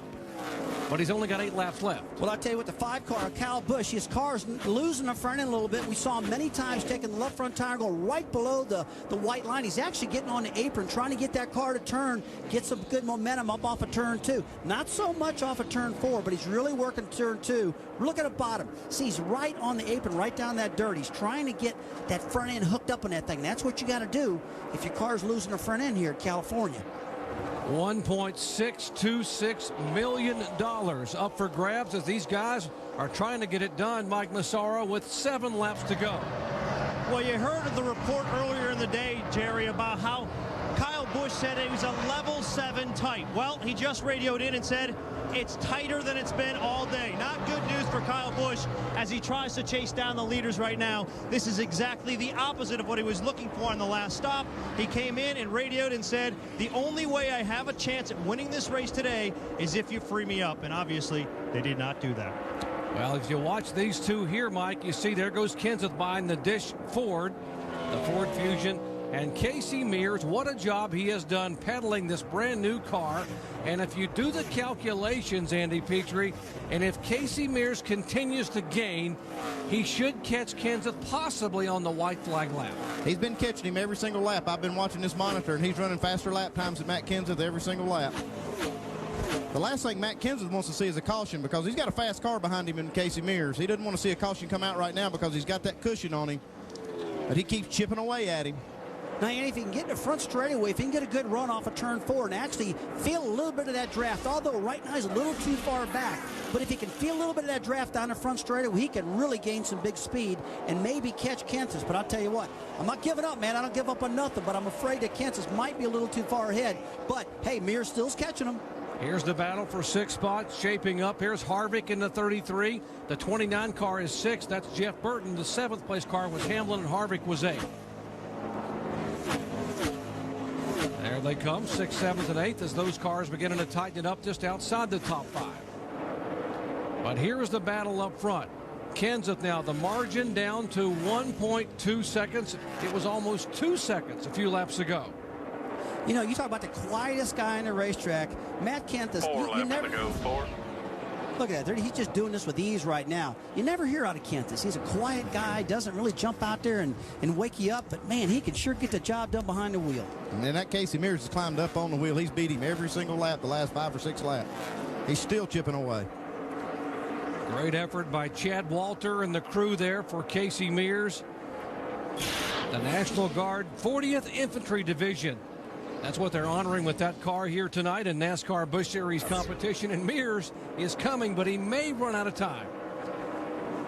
We'll check their speeds as they flash across the line this time. 3 laps to go, 3. Doing good.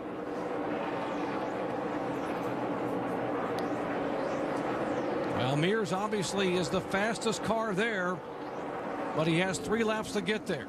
The only thing that's going to save him is a caution flag. And if that happens, we've got a green, white checker restart. And, man, that shuffles the whole field up again. And you know what, Jerry? It seems like it happens all the time in these Busch races.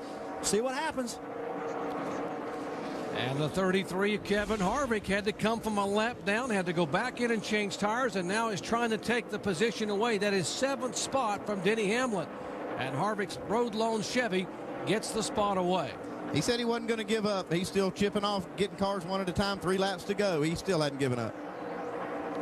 And with more on Denny Hamlin, let's check in to Dave Burns. Jerry, the simple fact that Hamlin is up here racing is amazing. They had 2 bad pit stops at the beginning of this race that put them behind the 8 ball all night long. Denny has raced his way back into the top 10, and the last pit stop they had, a good one, finally. And how about giving a call to the 4 car? Regan Smith, what a job he has done for the Ginn Motorsports and the Ginn Resorts efforts. Young driver showing awfully well here in the top 10. 2 laps to go. It'll be white flag now this time by for Matt Kenseth, and the white is in the air. White flag there, white flag. The 47 should go to the top. Kenseth trying to hang on, and Mears is really trying to close here on the final lap. A little smoke out of the backside of the 17 car. Yeah, we've seen that out of that 17 car all day. He's got a little bit of a tire rub. He's got a half a lap to go to get it done. Casey Mears has finished 2nd here in 2004. Matt Kenseth was tied with the 16 car of Greg Biffle for 3 wins at California Speedway. He comes out of turn 4, and Matt Kenseth picks up his 4th career win at California Speedway. What a great effort by Kenseth. And here's a battle to the stripe, and boy, that was close. The 20 and the 4 car, Hamlin and Smith. Looks like Hamlin will get the spot, will finish in 8th position.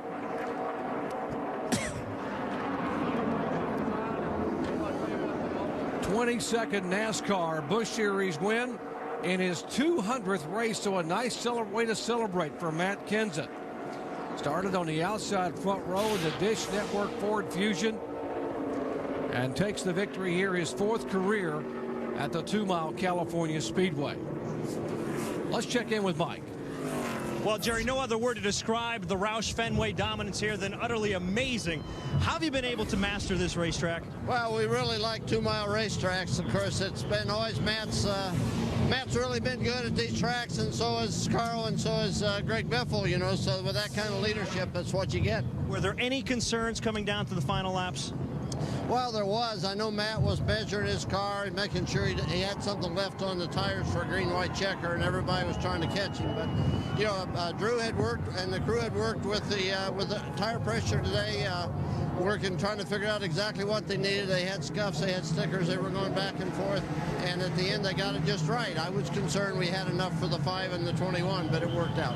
Well, I'd say they got it just right, Jerry. Another win for Roush Fenway here in California. And Mike, that makes 12 wins for Roush Fenway Racing. They've won 6 now in the NASCAR Busch Series, 4 in Cup and 2 in the NASCAR Craftsman Truck. And a text message is going out from the Kenseth family somewhere in celebration. And Kyle Busch gave it a heck of an effort, Dave. And down here now, Jerry Kyle, just climbing out of the car, has gotten his radio off and the glasses on, even though it's nighttime. Kyle, you almost had him there at the end coming on. How was the car, and what held you back? Tight. We just, leading out there, we were pretty good. Clean air, obviously, was the best you could get. Anytime anybody ever got out there, they just took off and checked out. The Hendrick Auto Guard Chevrolet was good tonight, just not quite good enough. I feel bad. I gave these guys some bad information, so sorry to them. But, congratulations to the 2014. That's my old team, so they did great tonight, and it's good to see that back. This is the best finish for Kyle Busch here at the California Speedway in the Busch Series. Jamie? Well, Dave, Casey Mears finally made his debut here for Hendrick Motorsports in the Busch Series, failing to qualify in Daytona. What a comeback, Casey. What was the difference here tonight? It's just a totally different track. You really can't relate Daytona and what you do here, but just the National Guard Chevrolet was awesome. And real proud of these guys. They went through a tough weekend there in Daytona and worked unbelievably hard all night, trying to get all those cars done. And they stayed after it for this weekend, and we got a good finish. We didn't have quite what we needed to get Matt, but it's a good start for us. I'm very happy. Casey Mears finishes second, guys. First time we've seen the 24 car in the Busch Series since 2002. All right, Matt Kenseth, he's been to victory lane 4 times here now for the 4th time. He finally gets over to victory lane for celebrating his win here at California Speedway. Kenseth, by the way, will start 25th in the NASCAR Nextel Cup Series event here on Sunday. 200th career start in NASCAR Busch Series competition, and Kenseth picks up his 22nd win. 4th win here in 12 starts. And Matt Kenseth has shown that he is as smooth as silk when it comes to driving this demanding 2-mile track. I tell you what, he is. He's great at getting his car handling too, Jerry. He's great communication with his crew chief. He worked all night long, getting the thing ready for the very end of the race. And you know what? That's what Matt has always been so good at. We've seen him in victory lane many times in this style of racetrack. And getting a big hug and a kiss down there, Matt, saying, boy, what a good night's work here. Remember, Bassmasters coming up momentarily from Lay Lake in Birmingham, Alabama. And Matt Kenseth is climbing out of the car. Let's go down to Alan Bester. And celebrating a 4th NASCAR Busch Series win here at the California Speedway. Matt, congratulations. The winning pass came after the restart when you had to get by Jeff Burton. Talk us through that move. Just got under Jeff. I knew he was going to race me really hard, but there's really no one I like racing better than Jeff Burton. He's a good friend of mine, and he was always a great teammate, and he's still a lot of fun to race against. So that was a lot of fun. I think this is the first win for Roush Fenway Motorsports, and happy for Dish Network. And one thing I gotta get in real quick is every time we win a race, it's free fries Monday at Arby's. So all you gotta do is bring in the race results, free French fries. You got the sponsor plug in. Your 4th win in 12 Busch Series tries at this track. How do you explain that kind of success rate? That's crazy. We just had good cars. We've had a lot of chances here. Had really good handling cars, and a lot of that's thanks to Mark. Mark and Jeff Burton are so good at these tracks, and I learned a lot from them and Greg Biffle. So really, that's it. And Drew, this is the first win for for Drew, and I know I'll botch his last name, so I'm not going to say it. Blickendorfer. First win for him, I believe, as a crew chief, and he's an awesome guy. It's only my second week with him. He gave me a car good enough to win both weeks, so it's going to be a lot of fun this year. Congratulations. Thanks. Matt Kenseth wins tonight at California, Doc. All right, congratulations to him and Drew Blickensdorfer. And the action continues next week. The NASCAR Busch Series heads south of the border to Mexico City. Sunday, March 4th at 1:30 Eastern Time. We'll have live NASCAR Busch Series action from Mexico. Brent? All right, thank you, Jerry. Nice job up there. Congratulations to the pride of Cambridge, Wisconsin. Matt Kenseth, Brad. He did a great job. 22nd NASCAR Busch Series win for Matt Kenseth. It makes him 5th all-time on the all-time wins list. Get out in that clean air, man, you can check out, go to that next zip code. Work for him. It is the 8th Ford victory here in the last 9 races. And the top 8 finishers today will all race in tomorrow's 500 winner. The 22nd NASCAR Busch Series win for 34-year-old Matt Kenseth. Don't forget now, the action continues, as Jerry told you, from south of the border next week. Coming up next now, Bassmaster Classic Day 2. So long, everybody.